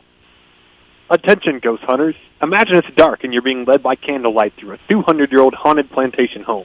Sound scary? Sound fun? Don't miss your chance to be part of this once-a-year only event. Visit www.pendletonhistoricfoundation.org and purchase tickets to the wildly popular Pendleton Ghost Tours. Limited tickets will be sold, not for the faint of heart, and no one under 17 will be admitted. Call John at 864-646-7249 or visit www.pendletonhistoricfoundation.org today. Pendleton Historic Foundation, preserving and interpreting Pendleton's history. Go Bulldogs. Is your vehicle in need of a wash right now? Visit any Tiger Express Wash location in Clemson, Easley, Pendleton, or Seneca. You can be through the tunnel with a clean, dry car in about 3.5 minutes. Plus, with the Anywhere Unlimited Fast Pass, keep that shine with a wash as often as you like at any of our upstate locations. Customers enjoy an eco-friendly, fun jungle theme and free vacuum use. Tiger Express Wash. More locations, same quality care. Why not beat the heat with a cool, sweet treat? Book Gettin' Chili, your hometown traditional ice cream truck, for your next event. You can find and like us on Facebook and call 864-844-4384 to book us for your next event. That's 864-844-4384 for Gettin' Chili ice cream truck. Liberty Hall is a 10-room bed and breakfast with ensuite bath in historic Pendleton, available for those traveling to our area and local getaways. Liberty Hall venue is a great location for wedding receptions, corporate meetings, parties, and events. Call Liberty Hall today for your next event. Are you in the market for a new washer or dryer? How about a new refrigerator or a new range? Maybe you'd rather have a new state-of-the-art TV and home theater system with surround sound. If so, be sure to go see the folks at Crenshaws TV and Appliance for the finest selection, advice, and service after the sale. Open 24/7 at www.tvandappliance.com. Proud sponsor of the Pendleton Bulldogs. That's www.tvandappliance.com. That is the conclusion of our Rogers Petroleum Incorporated halftime show. As the teams are out and getting set for the second half of action here, Pendleton enjoying a 14-13 lead as we transition to the third quarter of action. But like you mentioned on the opener of the Rogers Petroleum Incorporated halftime show, a sloppy first half for both teams that finished with 4 total turnovers and an additional turnover on downs. What is it going to take for the Bulldogs to come out with a victory here in the second half, Ryan? Well, they're going to have to hold on to the ball, for one. Nice little start here. Them recovering what looked like I'm not sure if that was an onside kick attempt or just a very low kick, but Pendleton's going to have the ball on their own 47 to start the action here in the second half. But I think they're just going to have to, find some identity on offense, decide how do we want to attack this team and do it without turnovers and see what happens.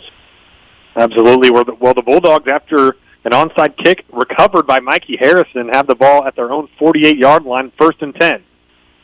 Allman fakes the snap. He'll fire a screen to the outside for Sam Jennings. Jennings corrals it, then loses his balance and falls down after a gain of just 1. Not exactly a quick screen out there. Took a while for the ball to get out there. I'd like to see us try to establish the running game. It looks like that's Jennings in the backfield, or Jenkins in the backfield instead of Spear right now. It is, and on the hard count, looks like Broome jumped. If this could be an offsides on Broome, and it is. So the hard count gets Broome to jump for the second time tonight, and that'll make a 2nd down and 4 a much more manageable 2nd and 4. 2nd and 9, a 2nd and 4, excuse me. Very reminiscent of the first drive with the hard counts. Allman back to the line, trying for that hard count yet again. This time Broome stays disciplined and stays down. Now shifting from behind Allman to beside him to the left is Jenkins. And Allman takes a snap and will, on a design quarterback power, just go right up the middle, gain a couple yards to bring up 3rd down and 2. Well, nothing fancy to start things out for Pendleton on the first 2 plays. A screen, drew him off sides, and then a quarterback power. And I would think it would be more of the same right here. I wouldn't expect anything fancy on 3rd and 2. 3rd and 2, 3 receivers to the left. Allman takes a snap, fires quickly, complete to Mellow Mattress at the 40. Very similar to a play we saw in the first half, one of those hitch routes, so the timing was there between the receiver Mattress and the quarterback Allman. Yeah, that seems to be the pattern that he throws the best. He looks the most confident taking a 1 or 2 step drop, getting the ball out of his hands, getting the ball into the hands of his favorite receiver, Mellow Mattress. Spencer Martin checks in to give Mellow Mattress a quick breather. The chains have been reset. 1st and 10 from the 38. A sweep to the right now for Jenkins. Tried to get the edge, could not. Still able to gain 2 or 3 yards to set up 2nd down. Mattress checks back into the game. Jenkins still in the backfield for the Bulldogs.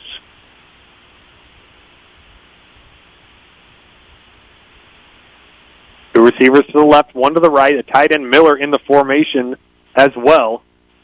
Deshaun Jenkins still the featured back. We hope nothing is wrong with Bray Spear, but Jenkins has been pretty good in his own right tonight. And they hand it to him on 2nd down. He finds a hole after some patience. Tried to break it left and found a hole in the middle and gained 4 or 5 yards to set up a 3rd down and very manageable at the 40.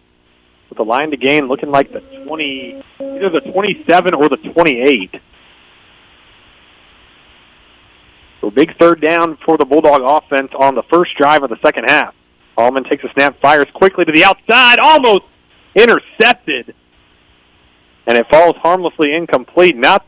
Probably not a great decision to throw that one by Jackson Allman looking for Zy Collimore, as it was blown up by a defensive back on the Broome side. And that is a long throw to make in high school football. Throwing almost from the right hash, throwing all the way over to the left side numbers. That's just a lot of room for defensive backs to cut the route. Big 4th down and 3 for Pendleton. Allman tries to get them to jump off sides. They do not. A crowded box, 7 people in there, and they will hand it off to Deshaun Jenkins. Jenkins, a quick burst, and he has enough for the 1st down to the 25-yard line. Not necessarily your traditional power back, but I think he was able to just show off the speed and beat the defense to the spot. Yeah, nothing fancy. We're just going to see if we can pick up the yardage we need by running it up the middle, and that's exactly what they were able to do. Give it to Spear again on 1st down. He bounces it out to the outside to the right on the far sideline and gains about 4 more to set up 2nd and 6. And the Bulldogs committing themselves to run the football here on this drive. Jenkins still the featured back to the left with Allman. I think they found something with this tight end set. Ty Miller helping to set up some rushing lanes, but this time on 2nd down, Jenkins brought down for a loss. Samuel, I'm using my trusty binoculars to kind of check out the Pendleton sideline, looking for Bray Spear. Unfortunately, I'm not sure if it's him, but there is definitely one player over on the bench. That is Bray Spear. With his jersey off, being tended to by the trainers, not looking like he's going to come back in the game. That is Bray Spear, so it's going to be the Deshaun Jenkins show from here on out for the Bulldogs. See what the youngster can do. Actually, not the youngster. He's also a senior. He's just small. 3rd down and 6. They give it to Jenkins again on the sweep to the right. Gains about 3. Going to set up another 4th down and 3. The Bulldogs not doing anything overly special on this drive, and the last time they found themselves in this position, they just handed it once again to Jenkins. Yeah, this is a long 3 to try to pick up just going up the middle, but it looks like that might be an option here. They've been moving Ty Miller either from the right or to the left of the offensive line. Have him on the left right now with Jenkins also to the left of Allman. They fake the handoff to Jenkins. There's a fumble. Either way, it's going to be Broome football. As a botched handoff hit the deck, and Jenkins, whether he recovered it or not, it doesn't really matter, does it? Doesn't matter. As Broome will take over right at the spot. You know, I was watching that one through the binoculars, and it looked to me like Jenkins had no idea that ball was coming to him. So I don't know if that was some kind of a read option, and Allman decided to give it to Jenkins, and Jenkins wasn't aware of it. But he really made no attempt to grab that ball as it was being put on his side. So Broome takes over at its own 20-yard line, and on 1st down, Tyquan Booker has another big gain. Gain 17, bring it up to the 37-yard line.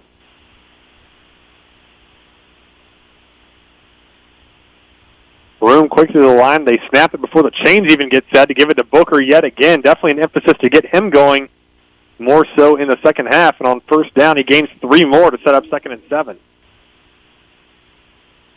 I think Broome is definitely going to try to establish the run here with their power running game behind Tyquan Booker.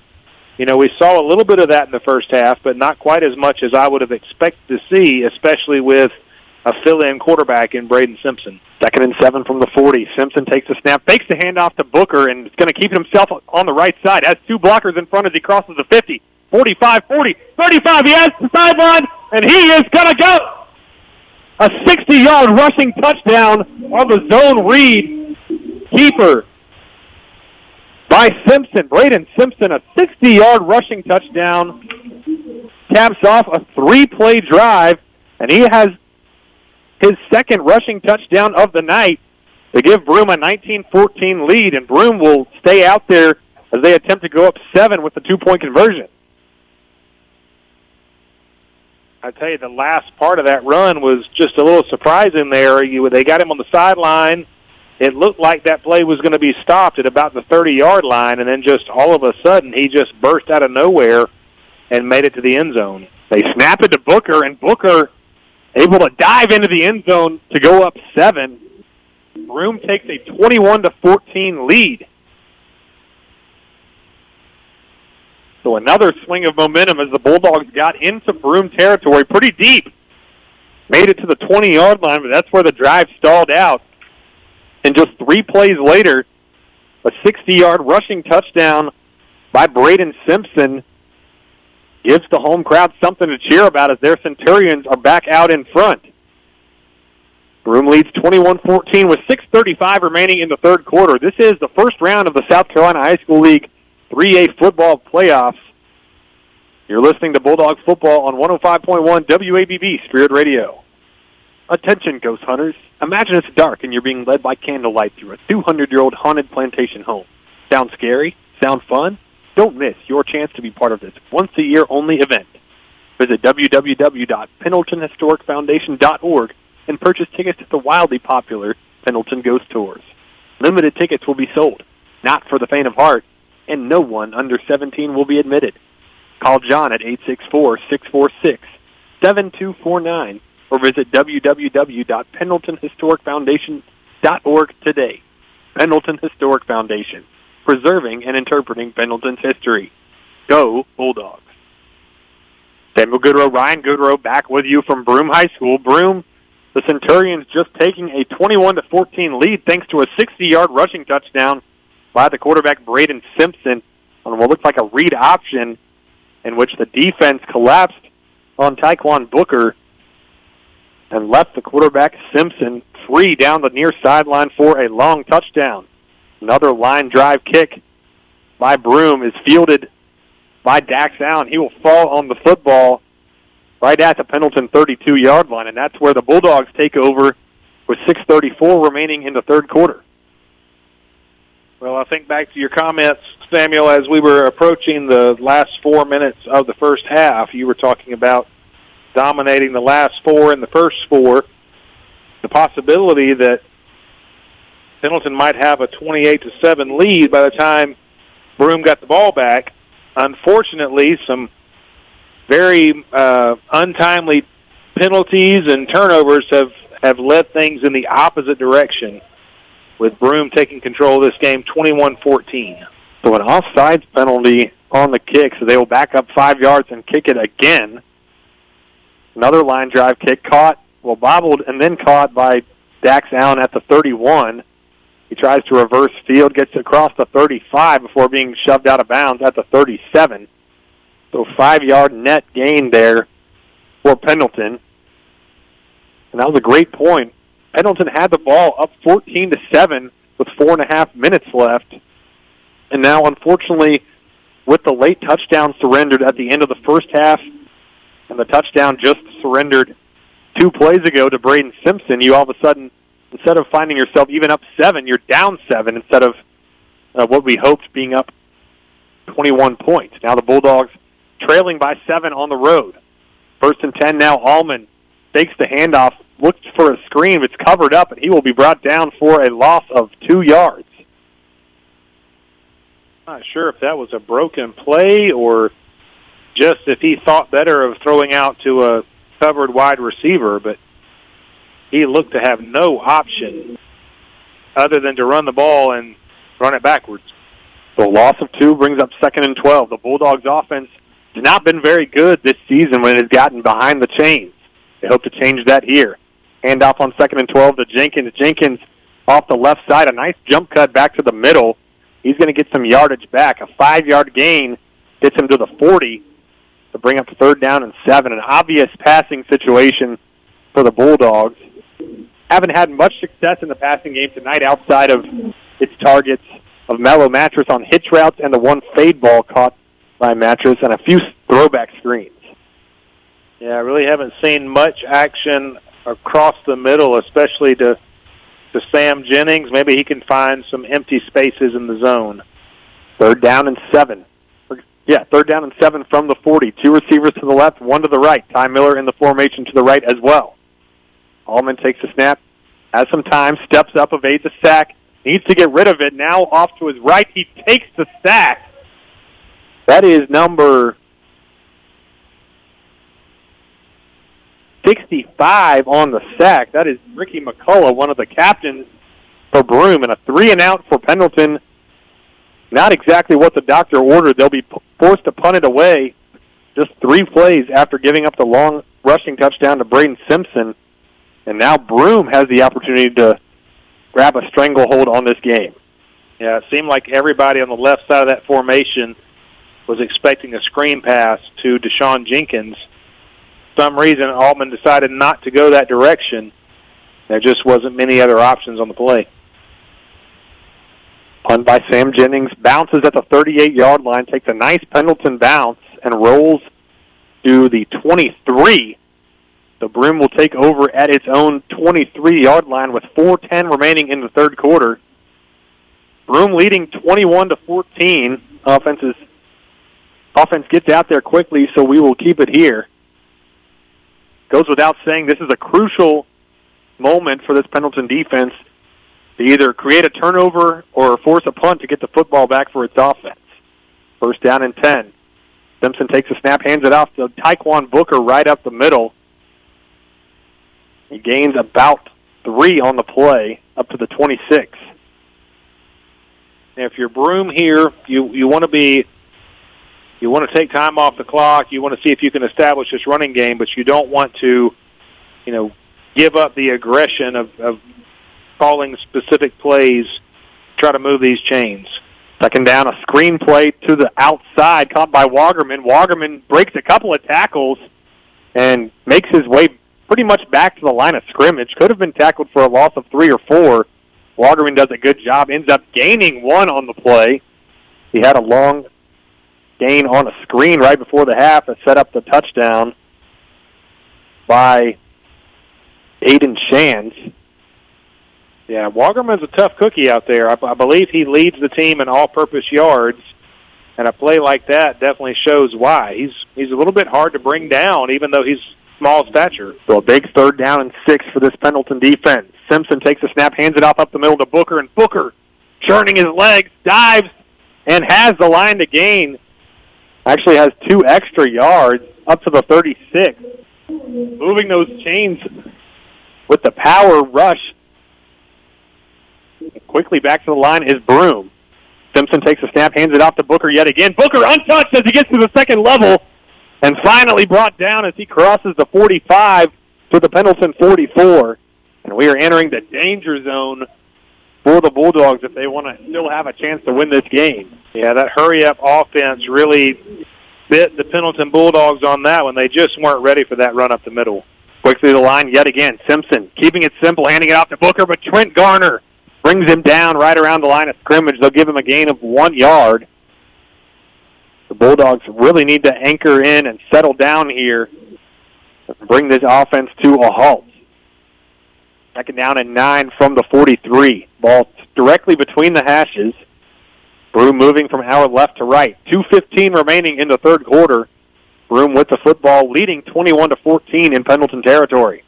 Simpson takes the snap, immediately rushes out to his right, design quarterback run, shows off the speed, gets to the outside, and has enough for the first down. Moves the chains at the 33. Yeah, think about how different this offense must look from what they've seen all year without Derryberry at quarterback. Right back to the line. They hand it to Booker. Booker tries to make a man miss in the backfield, but there he is again. Trent Garner this time plants him for a 1-yard loss. And a flag comes in after the play. Got to hope that's not on Pendleton. And Dax Allen pointing toward the Broome side as if to indicate this is going to be a 15-yard personal foul against Broome, and that would be a massive break for the Bulldogs, who have been gashed in the run game so far on this drive. Yeah, we're going to get an unsportsmanlike conduct on Broome, so that is going to back them up. That's going to be a huge plus for Pendleton's ability to hope to put a stop to this drive, because this is a juncture of the game. Pendleton just cannot afford to give up a touchdown. Cannot go down 2 touchdowns at this juncture in the game with the kind of offense that we've seen so far tonight. So the ball marked all the way back at the 50 to bring up second down and 27. Wow. That's a long way. Broome in the shotgun, 2 receivers to each side. Simpson takes the snap, reverses it to number 13, Asher Littlejohn. Littlejohn tries to go to the opposite side of the field and will end up losing 2 yards. They had some success on the reversal in either the late first quarter or early second quarter, tried to recreate some of that magic, but the Bulldogs were all over it. Yeah, I thought Littlejohn did actually a pretty good job of only losing 1 yard on that play. At one point during the play, it looked like he might be losing about 10, but he was able to turn the corner, get back almost to the original line of scrimmage. That brings up 3rd and 26. So absolutely critical that Pendleton gets off the field here on defense. Big third down. Line to gain is the 23. Dropping back to pass is Simpson. He does to his running back Booker, but Trent Garner is all over it and makes the tackle behind the line of scrimmage for another loss. That is very disciplined football. Trent Garner knew he had to account for the running back, and he did just that. Allowed him to catch it, but then brought him down for a 1-yard loss. Now the punt team runs out for Broome. Aiden Shands out to punt. 24 seconds remaining in the third quarter. Yeah, I really can't overstate what a good play that was by Garner, staying home, not getting caught up in all the things going on the field, and he did his job. Punt nearly blocked by Branson Wilson. It'll be caught by Sam Jennings at the 30, and Jennings able to get up to the 36-yard line, 6-yard return.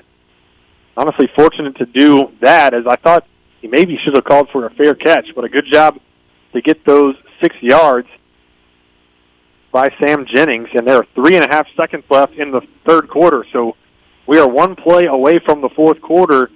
Bulldogs have the ball on their own 36-yard line, trailing by a touchdown on the road. Yeah, this is a time where they're going to have to get the offense in gear, establish an identity here, see if we can get the chains moving. 2 receivers to the left, 1 to the right for Allman. Allman takes the snap. Speed option to the left. He pitches it out to Deshaun Jenkins. Jenkins looks for the edge, gets it, but a holding penalty comes in on Sam Jennings, who was blocking on the perimeter. He held Aiden Shands. That's going to negate what would have been probably a 7 or 8 yard gain. Would have been an 8-yard gain, and now going to be 10 yards marked off from the spot of the hold. So not what the Bulldogs were looking for. Regardless, that is the last play of the third quarter. So with the third quarter coming to a close, the Broome Centurions lead the Pendleton Bulldogs 21-14 in round 1 of the South Carolina High School League playoffs. We'll be back on the other side with the fourth quarter of action. You're listening to Bulldog Football, brought to you by Longhorn Steakhouse right here on 105.1 WABB Spirit Radio. With more than 70 years of proven performance and the best bankers in the industry, United Community is one of the strongest and most secure banks in the Southeast.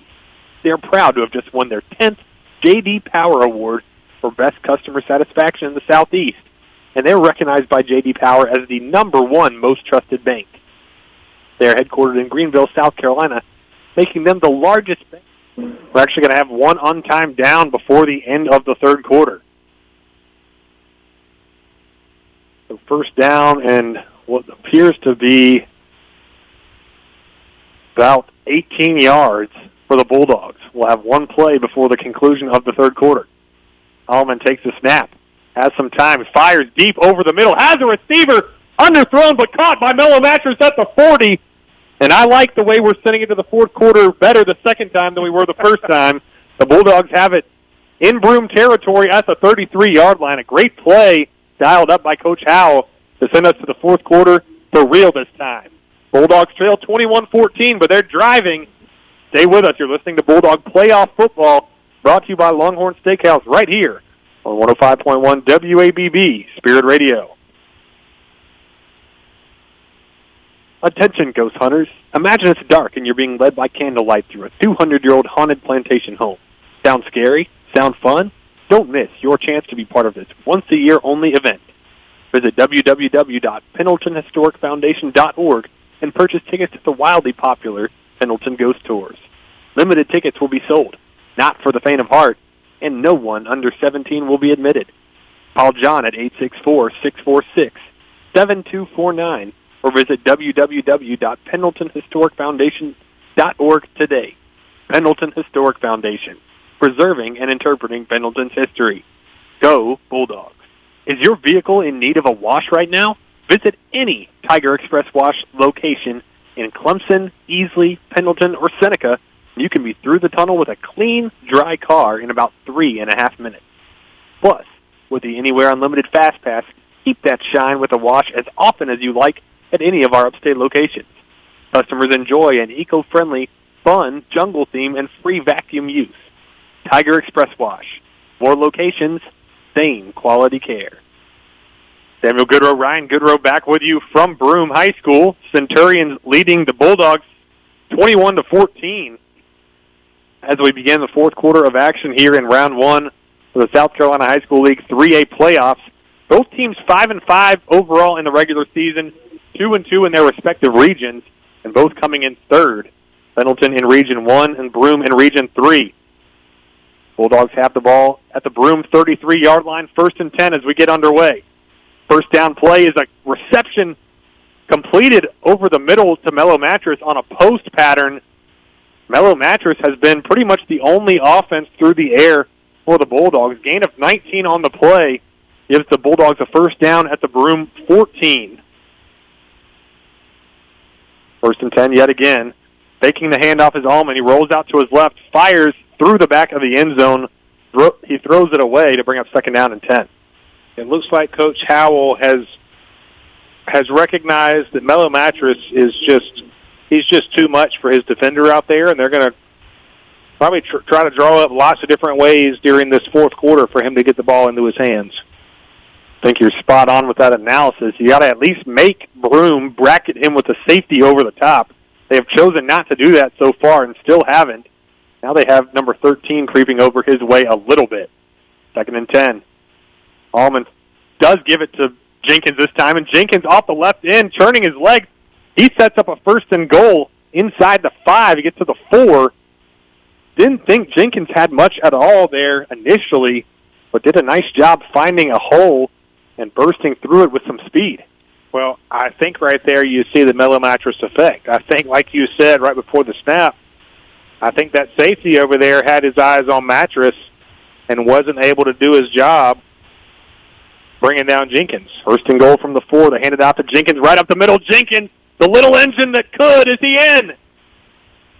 Waiting for the officials to make a decision. He is just short at the 1-yard line. They ruined a good call there, Sam. Man, I really wanted that one. Nice run by Jenkins, 2nd and just inches, maybe even centimeters away from the goal line. Goes to the football is literally just about touching the goal line, but nevertheless, 2nd and goal from the 1 for the Bulldogs. Allman takes a shotgun snap, hands it out to Jenkins, fights off a would-be tackler, and dives into the end zone for the touchdown. Nice comeback drive by the Bulldogs there.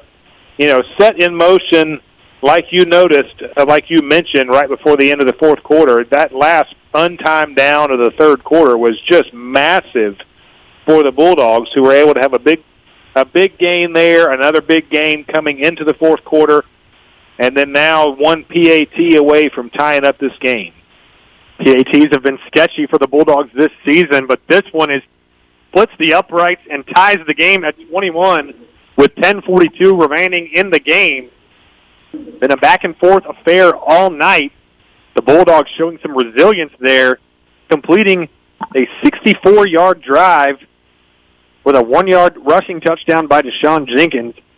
You can't recap that drive without mentioning the name Mellow Mattress. 2 big catches on the drive, the one at the end of the third quarter and the 19-yard post route caught at the 14-yard line to set up the 3 rushes by Jenkins that led to the score. Mellow Mattress has really been the X factor for this offense to open things up. Oh, absolutely, especially when you take into account what you pointed out on that first long run, that Mattress was drawing the safety over his way, which I think gave Jenkins a little bit more running room. So, yes, absolute X factor, Mellow Mattress.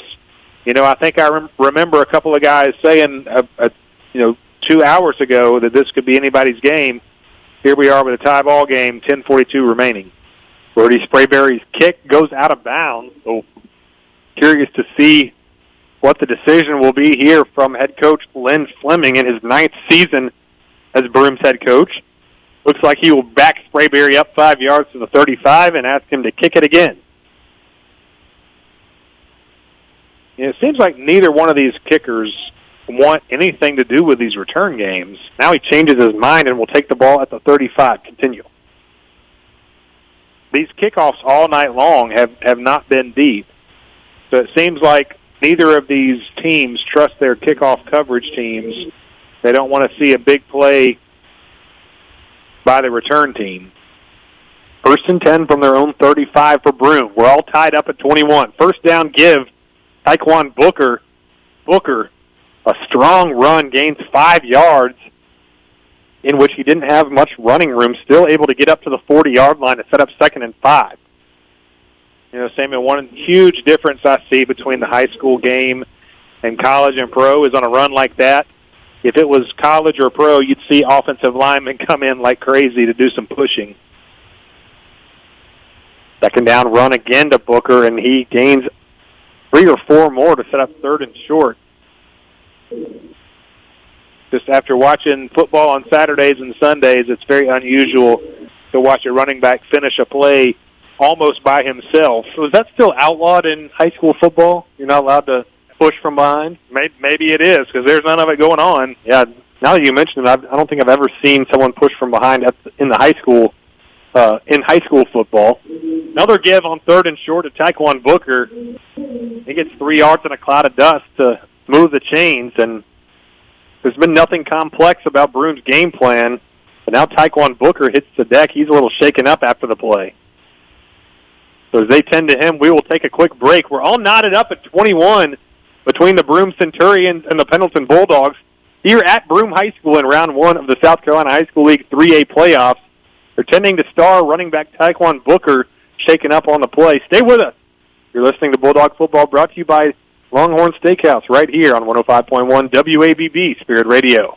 Liberty Hall is a 10-room bed and breakfast with ensuite bath in historic Pendleton, available for those traveling to our area and local getaways. Liberty Hall venue is a great location for wedding receptions, corporate meetings, parties, and events. Call Liberty Hall today for your next event.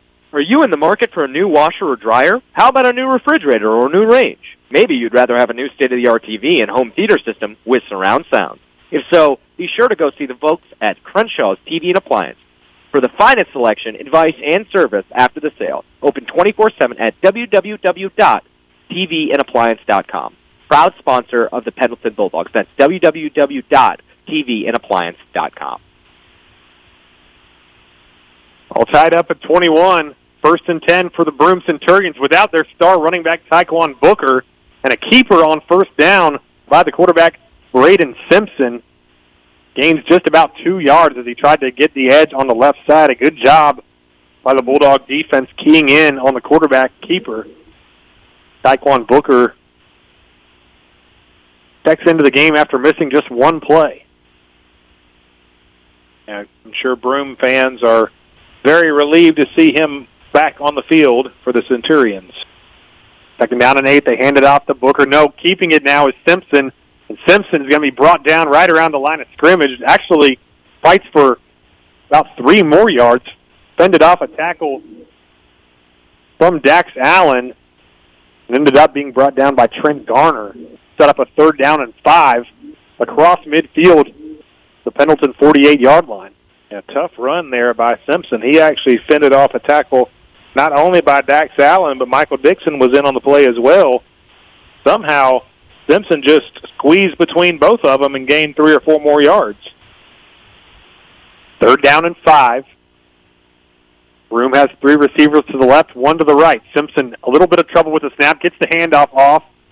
And going out to the left is Tyquan Booker. He has enough for the 1st down. A really nice, strong run. Yet again, not showing any signs of that injury lingering for Booker. Just a grown man run. Moves the chains for the Centurions. Tie game, under 8 minutes to play, 7:50 to go. 1st and 10 for Broome from the 41. They hand it off to Booker yet again, and Booker just seems like he's able to get 5 or 6 yards with ease every time. Makes it up to the 35 of Pendleton. Down to the 35, I should say. Yeah, game situation here, gives no reason for Broome to try to run the hurry-up offense, other than the fact that they must think it gives them an advantage over the defense here because they just keep running it quickly. Back to the line, as Ryan mentioned, and Booker trying to get to the line to gain, which is the 31, and I think he does so. Makes it to the 30 to move the chains yet again. Yeah, it kind of puts the Broome coaching staff a little bit in a quandary because they do seem to be a little bit more effective running it quickly. But then you look up at this clock, and it's almost down to the 7-minute mark. They're at the 30-yard line. I'm sure they would love to take 3 or 4 more minutes off of the clock during a drive like this, but they're running the ball. 1st and 10 from the 30. Simpson takes a snap, and he's going to run it. Tries to get to the outside, to the left, and does. Shakes off a tackle by Savion Johnson before being brought down around the sideline at the 22-yard line, it appears. And now a Bulldog shaking up on the play. That's Zy Collimore on the near sideline at the 20. I mentioned this a little bit earlier while there wasn't much time to talk about it, but I can't even get over how much this offense must look different from what it did 2 weeks ago. Their quarterback had lots of passing yards, but tonight that's just not in the cards, and they're finding other ways to move the ball. Looks like Zy Collimore getting stretched out from what appears to be a cramp. Trainer working on him on the near sideline. And Ryan, at what point do you just stack the box, sell out to the run against Broome, and make them beat you through the air? It seems like past 3 drives have just been run, whether it be Braden Simpson or Tyquan Booker. Well, I think maybe 1 more 1st down, and you really don't have much choice but to do that. And I'm trying to think back in my mind of anything that Broome has done over the middle. I can't really think of any. There hasn't even really been anything thrown beyond 7 or 8 yards down the field. Yeah, I think I'm with you. If they were to pick up this 1st down, which is very likely because it's 2nd and 1 right here, I think you do have to radically change your defensive structure and just absolutely dare them to throw the ball. Those of you who, you may have missed pregame, you may have missed us talking about it earlier, but the starting quarterback throughout the season for Broome is Jamison Dearyberry, but we understand that he broke his arm a couple of weeks ago, and so Braden Simpson, playing quarterback now, he's been one of their most consistent wide receivers throughout the season. Looks to me like once that injury happened, they probably didn't have many auditions to see who could throw the ball the best. It looks like they said, okay, you're one of our best athletes and you know the offense. We're going to put the ball in your hands. And so between Simpson and Booker, we've just seen a very steady diet tonight of really nothing all that complex. And so if you're Pendleton, it looks like it's time to stack the box, like you said, and try to put an end to this running game. Zy Collimore walking back to the Pendleton sideline from the Broome sideline, doing so with his arms around two trainers, or a trainer and a coaching staff member, walking very gingerly from sideline to sideline at around the 20. Certainly hope Zai is okay. Zai, a junior free safety and wide receiver for the Bulldogs.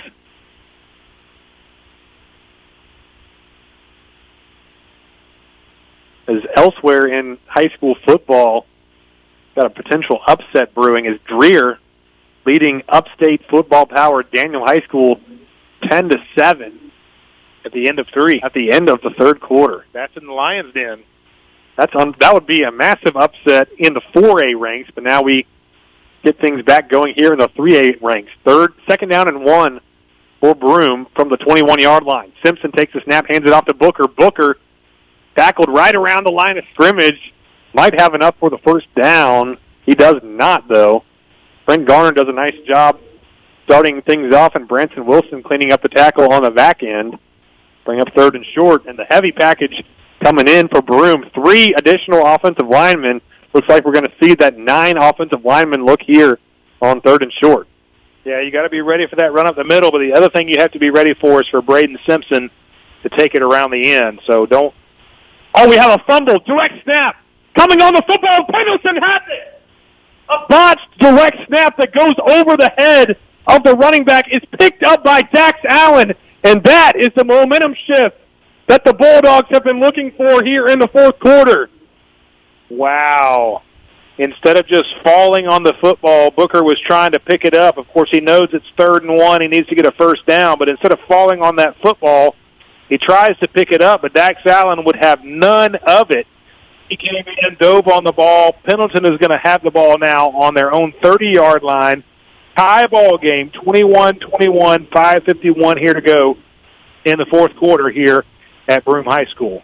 Unbelievable turn of events as Broome was just running the ball down Pendleton's throat. Faced 2nd and 1.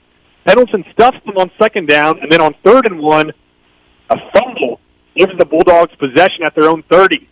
Now a quarterback keeper on an option play by Jackson Allman. Gains about 3 yards to bring up 2nd and 7. Ankle tackle by number 0. That was Joe Ramirez, or else Allman had some space on the near sideline.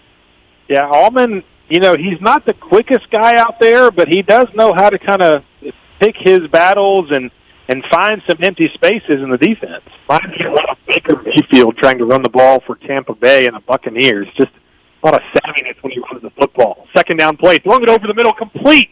Is almost a Jennings. Jennings loses the football. And I think Broome has it. He does. Look good. Wow.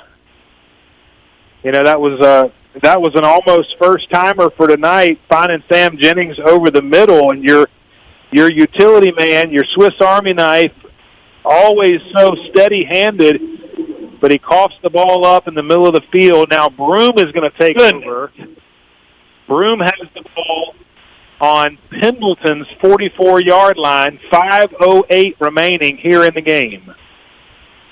So fumbles on 2 of the last 3 plays, and now Broome right back with the football and a face mask coming in on the play as Tyquan Booker was taken down after around a 1 or 2 yard gain, but tackled either by the face mask or a horse collar is going to tack on 15 additional yards.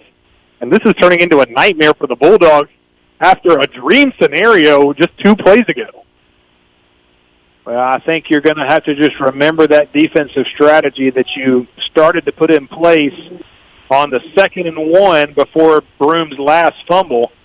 You're going to have to continue to stack the box. Broome is going to just try to run this thing out. They're going to try to find the end zone with a long touchdown drive, just run after run after run.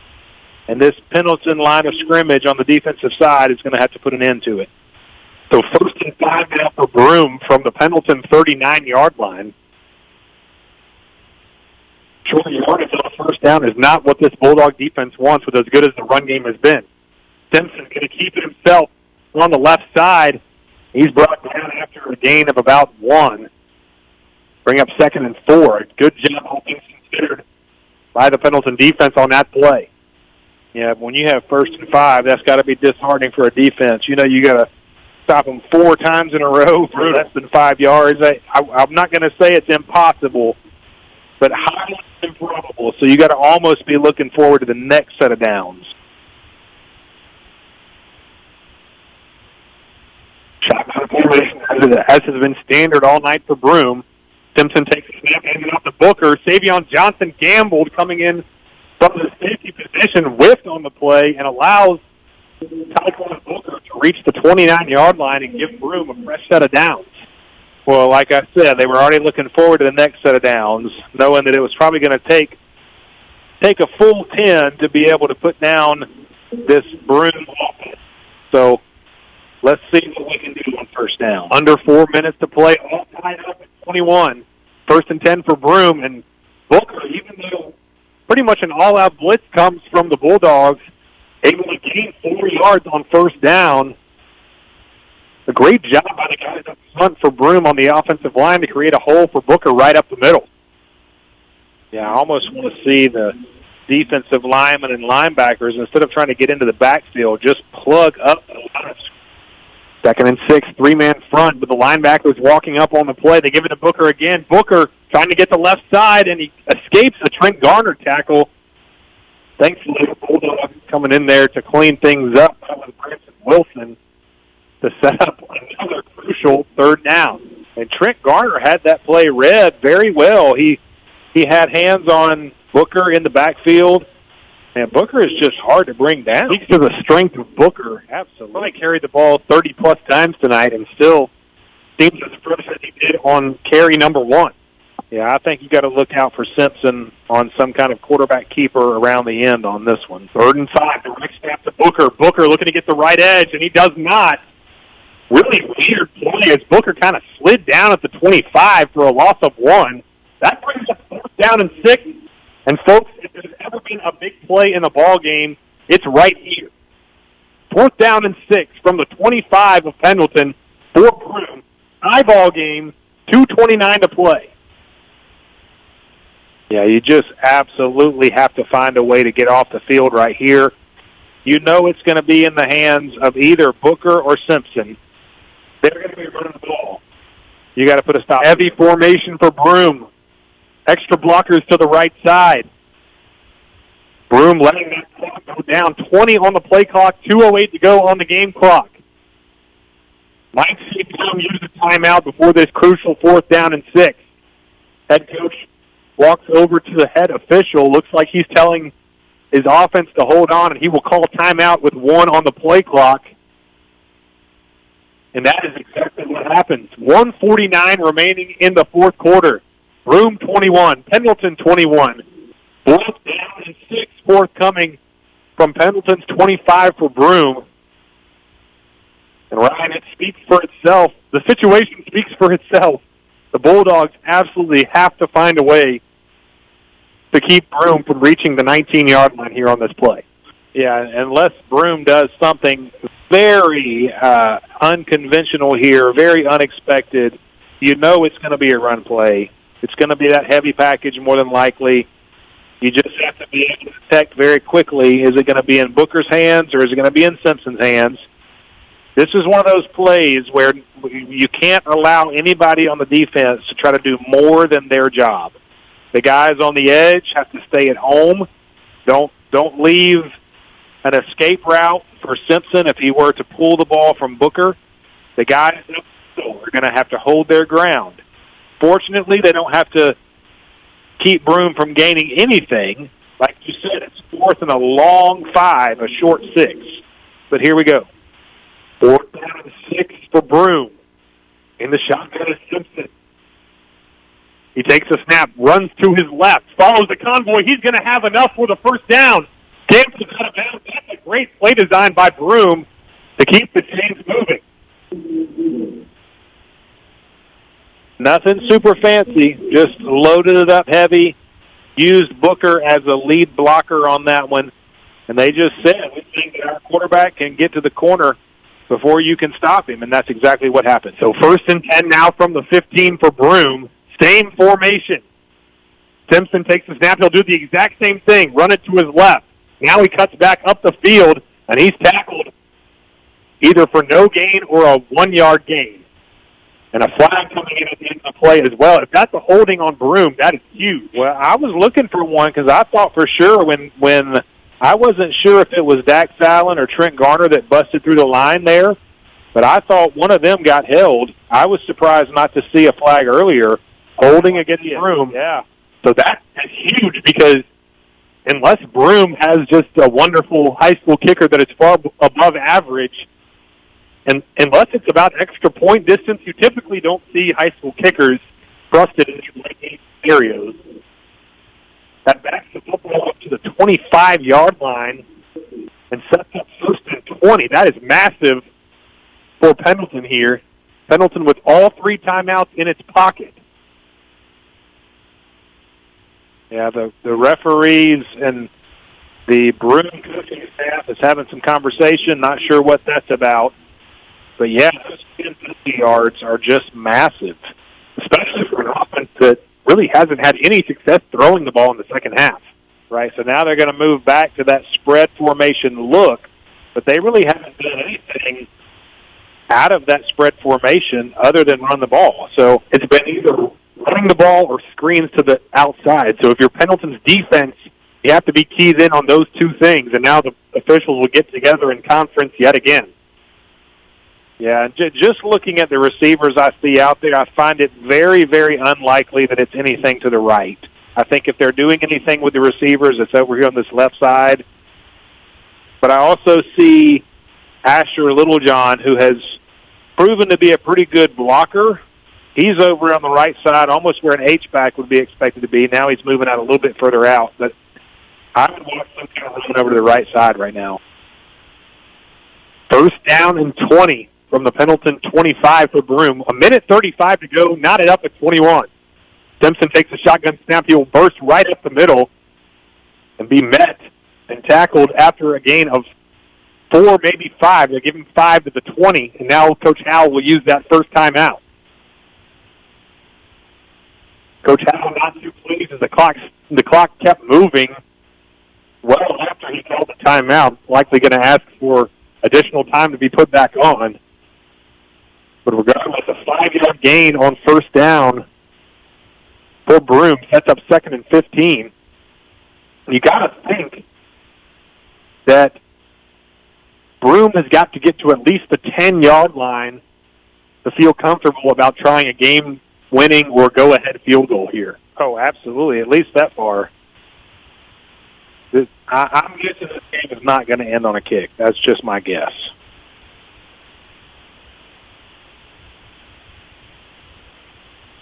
The 1:26 remaining for now on the clock.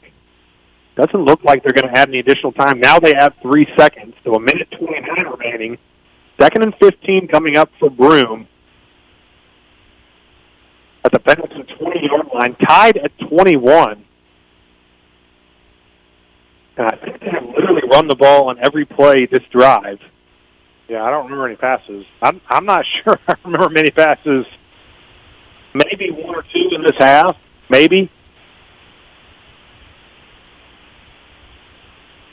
I mean, just about everything they've done has been on the ground. They come back out in the spread formation, 2 receivers to each side.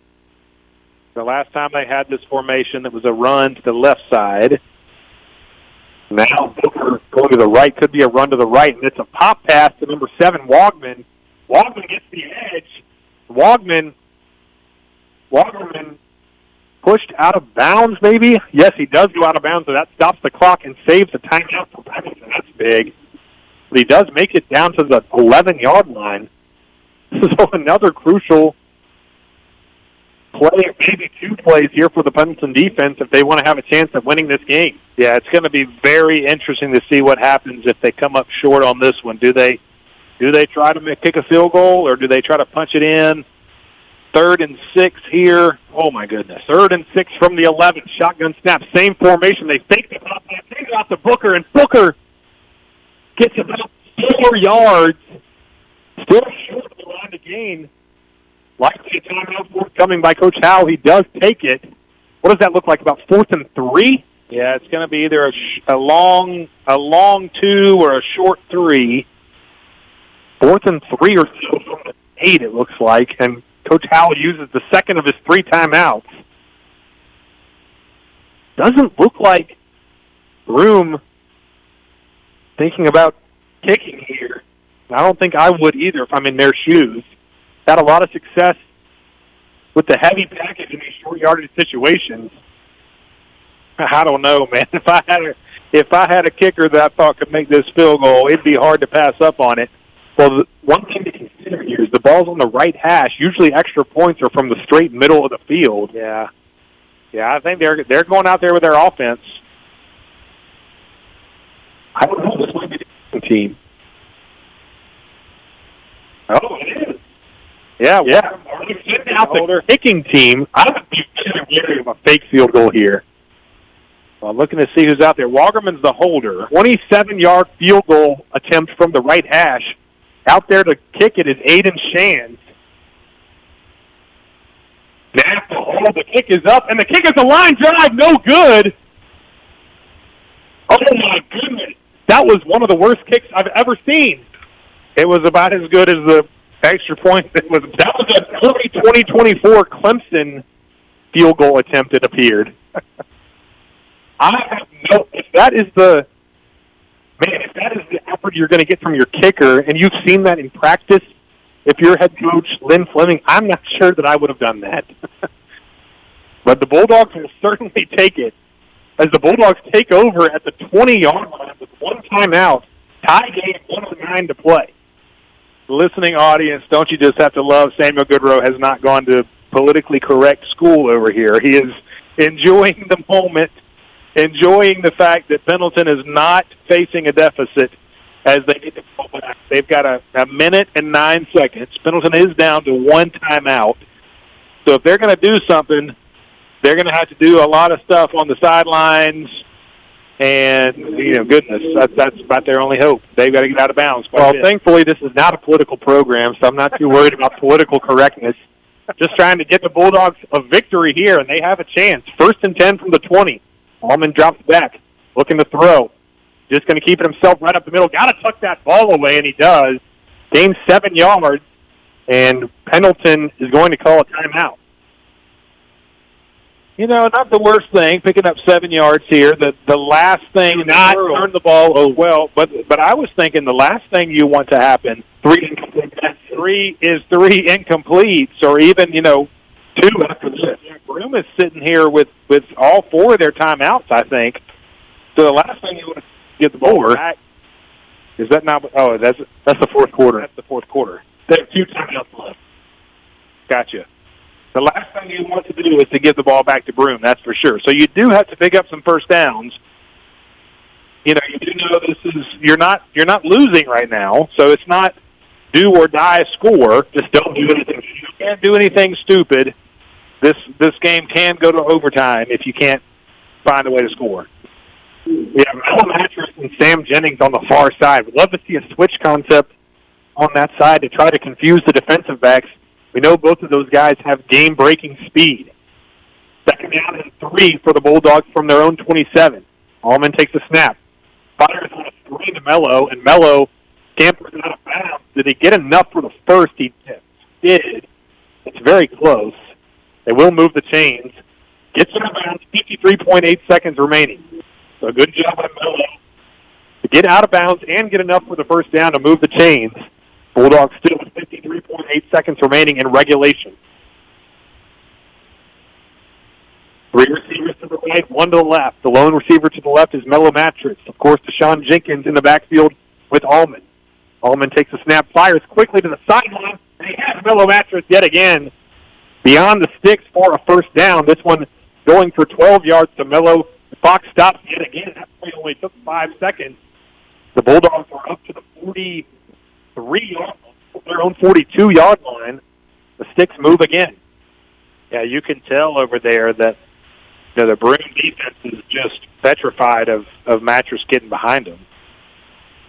Allman takes a snap, rolls out to his right now, throwback screen to Miller. Miller has 2 blockers in front. All kinds of room down the sideline. No flags. He crosses the 30, the 25, and falls down at the 21. Did they throw a flag? No, I'm just thinking he should have run out of bounds. Maybe a drill now for the Bulldogs, who have to get on the ball. They have it at the Broome 21-yard line. Under center now, looking to spike it is Allman, and he does. Allman spikes it with 35.8 seconds remaining in the game. Yeah, the Bulldogs 21 yards away from glory in a first-round win in the playoffs. The reason that my hands went up to my head is I could not believe that Ty Miller broke back to the right to the inside of the field when he very easily could have gone out of bounds. But what a great play that was. Well, the clock does stop with the chains, and they got on the ball quickly. So I think the yards gained were a net positive, and now the hard count gets room to jump. And so it makes what would have been a 2nd and 10 after the spike. 2nd and 5 from the Broome 16. Now all of a sudden Pendleton with a chance to win this game in the closing seconds. What a great ending to a high school football game. Both teams have had opportunities to take this one away. And yet here we are at the end. The result is still in the balance. 2nd down and 5 from the 16. Allman getting a check from the sideline, communicates it to his offensive lineman. 3 to the right, 1 to the left. Allman takes the snap, takes the pitch, will keep it himself. Now pitch it back. That was a very dangerous pass. Hopefully getting out of bounds is Jenkins. He does get out of bounds at the 15. My goodness, that had DJ Uyangule against Notre Dame written all over it. Thankfully for the Bulldogs, no harm, no foul. And Allman waited until he was completely wrapped up by the defenders to kind of shuttle pass that ball over to Deshaun Jenkins. Fortunately, it got there. 3rd down and 5, actually 3rd and 4 for the Bulldogs. Tied up at 21 with 27.5 seconds remaining in the game. Ball's on the Broome 16. Allman takes the snap.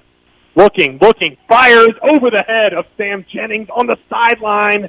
And, man, that would have been massive. The offense now likely to face a 4th down and about 4 yards. No, they send Brody Sprayberry out for the field goal. This is unbelievable. Sprayberry on to attempt a 32-yard field goal from the left hash to give the Bulldogs the lead with 26.3 seconds remaining. Sprayberry has coupled with extra points all season. Could this be his moment of glory? Sam Jennings on the 22-yard line to hold. Snap is good. Hold is good. The kick is up. It has the leg. It is good! Brody Sprayberry from 32 yards out. Oh, my goodness. How about it? What a kick. Wow, what a kick, what a snap, what a hold. The junior place kicker who had his job revoked from him in the 3rd week of the season because he couldn't make an extra point. The Bulldogs went to going for 2 after every touchdown for about a 2-week stretch. How about Brody Sprayberry knocking down the 32-yard field goal to give the Bulldogs a 24-21 lead with 22.4 seconds remaining. Unbelievable. That was a long field goal and it had plenty of leg. It was only a matter of whether he snuck it in that left upright. Yeah. Wow. That's a leg on that one for sure. Now, I would like to see, is that also Brody Sprayberry that's about to kick off? It is. I would like to see him boot it in the back of the end zone right here. I'm not sure if he has the leg to get it there, but that would be very awesome. Well, if he doesn't have the leg to get it there, then it may be a little pooch punt somewhere, as he just does right now. So fair catch by Broome at the 28-yard line, or maybe at the 29. Wow. This is going to be interesting. They spotted at the 29-yard line. Broome has not completed a pass in the second half. They're definitely going to need to try to win this game. They got to go 71 yards in 22.4 seconds with only 2 timeouts. They come out with 3 receivers to the left, 1 to the right. Pendleton in a prevent defense, 3 men rushing the quarterback, everyone else back deep. Rolling out to his right is the quarterback. He fires over the head of his intended receiver, Wagerman. Braden Simpson just a bit high for Wagerman there on 1st down. 4 seconds come off the clock, and now 18.6 seconds remaining. whatever you do, do not allow anyone to get behind you on defense. You only have one shot out there, defensive backs. Nobody gets behind you. Second down and 10 from the 29. Broome very deliberate with the play call here. They finally get it in. 10 on the play clock. 18.6 on the game clock. Simpson takes a snap, drops back. He's looking to fire on the screen. Does so to Booker. Booker able to get some yards after the catch. Does not go out of bounds, though. So Broome will need to use a timeout. They do as he crosses the 40 to the 41. 9 seconds remaining here as 9.4 seconds come off the clock on that play, which was good after the catch, but I'm not sure the extra 5 or so yards were worth the extra 3 or 5 seconds that came off the clock there. Yeah, they can't get chunks of 9 or 10. You know, back when Pendleton had the ball with a minute and a half to go, they could afford to get chunks of 10, 12 yards. But, you know, when you're trying to move 71 yards in about 27 seconds, you know, 5 or 6, 9 or 10, that's not going to get it done. They're going to have to find some way to get the ball down the field. And, of course, the Pendleton defense knows that, too. They're going to be, you know, patrolling the secondary quite deep. So now Broome getting 59 yards in 9 seconds or less. You know, right now, just completed their first pass of the second half. The furthest back Pendleton defender is about 20 yards behind the ball. I think that backed that up about 10 more yards. Yeah. First down play from the 41 for Broome. With all his might, Simpson fires down the far sideline, nearly intercepted by number 15, Jordan Mattress. Also, very glad to see no flag thrown on that play. I think on that one, you already had somebody defending it. Safety back there, you just got to back up and be the tackler if you need to be. And now, the final play of this game, the only thing standing between Pendleton and a date with the Powdersville Patriots are keeping Broome from going 59 yards on this last play. Broome has completed one pass in the second half, and it was the screen 2 plays ago. The running back, Tyquan Booker, who has been fantastic all night. Simpson takes a snap, standing on his own 35. He steps up, heaves with all his might down the middle of the field. It is intercepted! Go down, go down, go down, and he does. A game-clinching interception by Jordan Mattress. Takes the ball to the second round. The Bulldogs rip out the hearts of the Centurions in front of the home crowd, and the Bulldogs are moving on to the second round. What a game. Wow. All I can say is that when Broome took the lead 21-14, you know, it looked like, and they had the ball in Pendleton territory. Yeah, it looked like it was not good for the Bulldogs, and they just never gave up. They just kept fighting, and they found a way. Absolutely unbelievable. I don't have a score in the Powdersville first-round game, but got to assume that they take care of business in that one.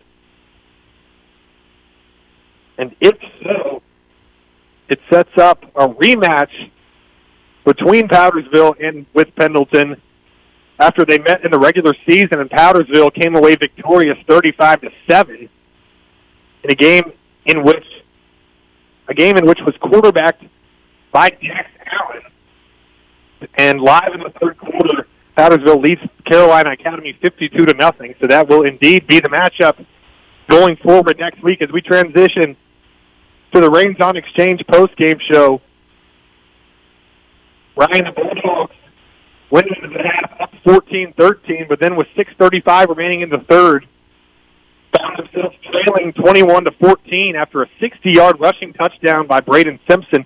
And that jump shot really seemed like that took all the wind out of the sails of the Bulldogs, who parlayed that with a 3-and-out and punted the ball back to Broome, but then able to force them to punt. Then Deshaun Jenkins gets into the end zone after 2 crucial plays by Mello Mattress through the air, set up that touchdown to make it a 21-21 game. Then on Broome's ensuing possession, Dax Allen able to jump on a fumble, and then 2 plays later, the usually sure-handed holder, receiver, punter, Sam Jennings, caught the football up with 5:31 remaining. Looked like Broome was going to be able to march down, either take a short field goal or punch it into the end zone.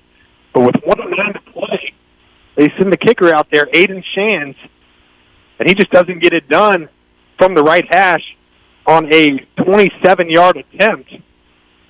And how about the Bulldogs marching down the field, starting from their own 20-yard line with just 1:09 remaining and 2 timeouts. But the story of the game's got to be Brody Sprayberry knocking down a 32-yard field goal that ended up winning the Bulldogs the game. Your thoughts on the second half? Yeah, just a crazy second half. Like you said, I thought when Sam Jennings had the ball dislodged from him across the middle, I thought that was probably not going to end well for the Bulldogs. You know, if you're head coach Lem Fleming, you're gonna think all night long about that decision to kick instead of going for it. What was it? 4th and 3. 4th and 3. Yeah, I mean, like they've been running the ball like crazy. I mean, they're getting 3 yards with ease, just handing the ball off to Booker. Yeah, but even like I said, I mean, I said it myself before the kick. If you think your kicker can make that kick, there you are. You know, it's hard not to take that opportunity. But, man, you just got to credit the Pendleton Bulldogs for just continuing to fight. And, man, I'm just so happy for Coach Grayson Howell and his staff and the bunch of seniors on this team just getting the opportunity to do something new, win a playoff game. And, you know, it's playoff football. I know they're going to go in as very, very heavy underdogs next week, but it's football, and you just never know. Absolutely, and the Bulldogs will be more than happy to be underdogs in that second-round matchup next week at Powdersville, hoping for a different result, obviously, with Jackson Allen being back at quarterback, with that first matchup being led by Dax Allen at quarterback, losing that one 35-7. Just an unbelievable display of grit in the second half by the Bulldogs. With the win, they advance to 6-5 on the season, and they will face Powdersville at Powdersville next week at 7:30. For Broome, they fall to 5-6, and their season comes to an end. Got to give a shout-out to all the seniors for Broome as their high school football career has come to an end. Tyquan Booker, Jalen Ramirez, Jameson Derryberry, Reese Wagerman, Joseph Watkins, Asher Littlejohn, Tyler Barnett, Roger McGee, William Wilkins, Kenyon Stewart, Jackson Smith, Cedric Fernandez, Levi Bishop, Chimar Hayes, Ricky McCullough, and Gavin Delgado. A lot of those names were guys that made plays all night for Broome, and they have no reason to hang their head in a tight game that was won by the Bulldogs. 24-21 your final score. Brody Sprayberry is a hero. A game-winning 32-yard field goal with 23 seconds remaining gives Bulldogs a 24-21 lead and advances Pendleton to the second round of the playoffs. They will face Powdersville a week from tonight. That concludes our Reigns on Exchange post-game show. Thank you so much for listening all night tonight. The Bulldogs victorious 24-21 over the Broome Centurions in round 1 of the South Carolina High School League 3A playoffs. For my commentator, Ryan Goodrow, for Jeannie Burris back in the studio, I'm Samuel Goodrow saying God bless and go Bulldogs. We'll see you next week.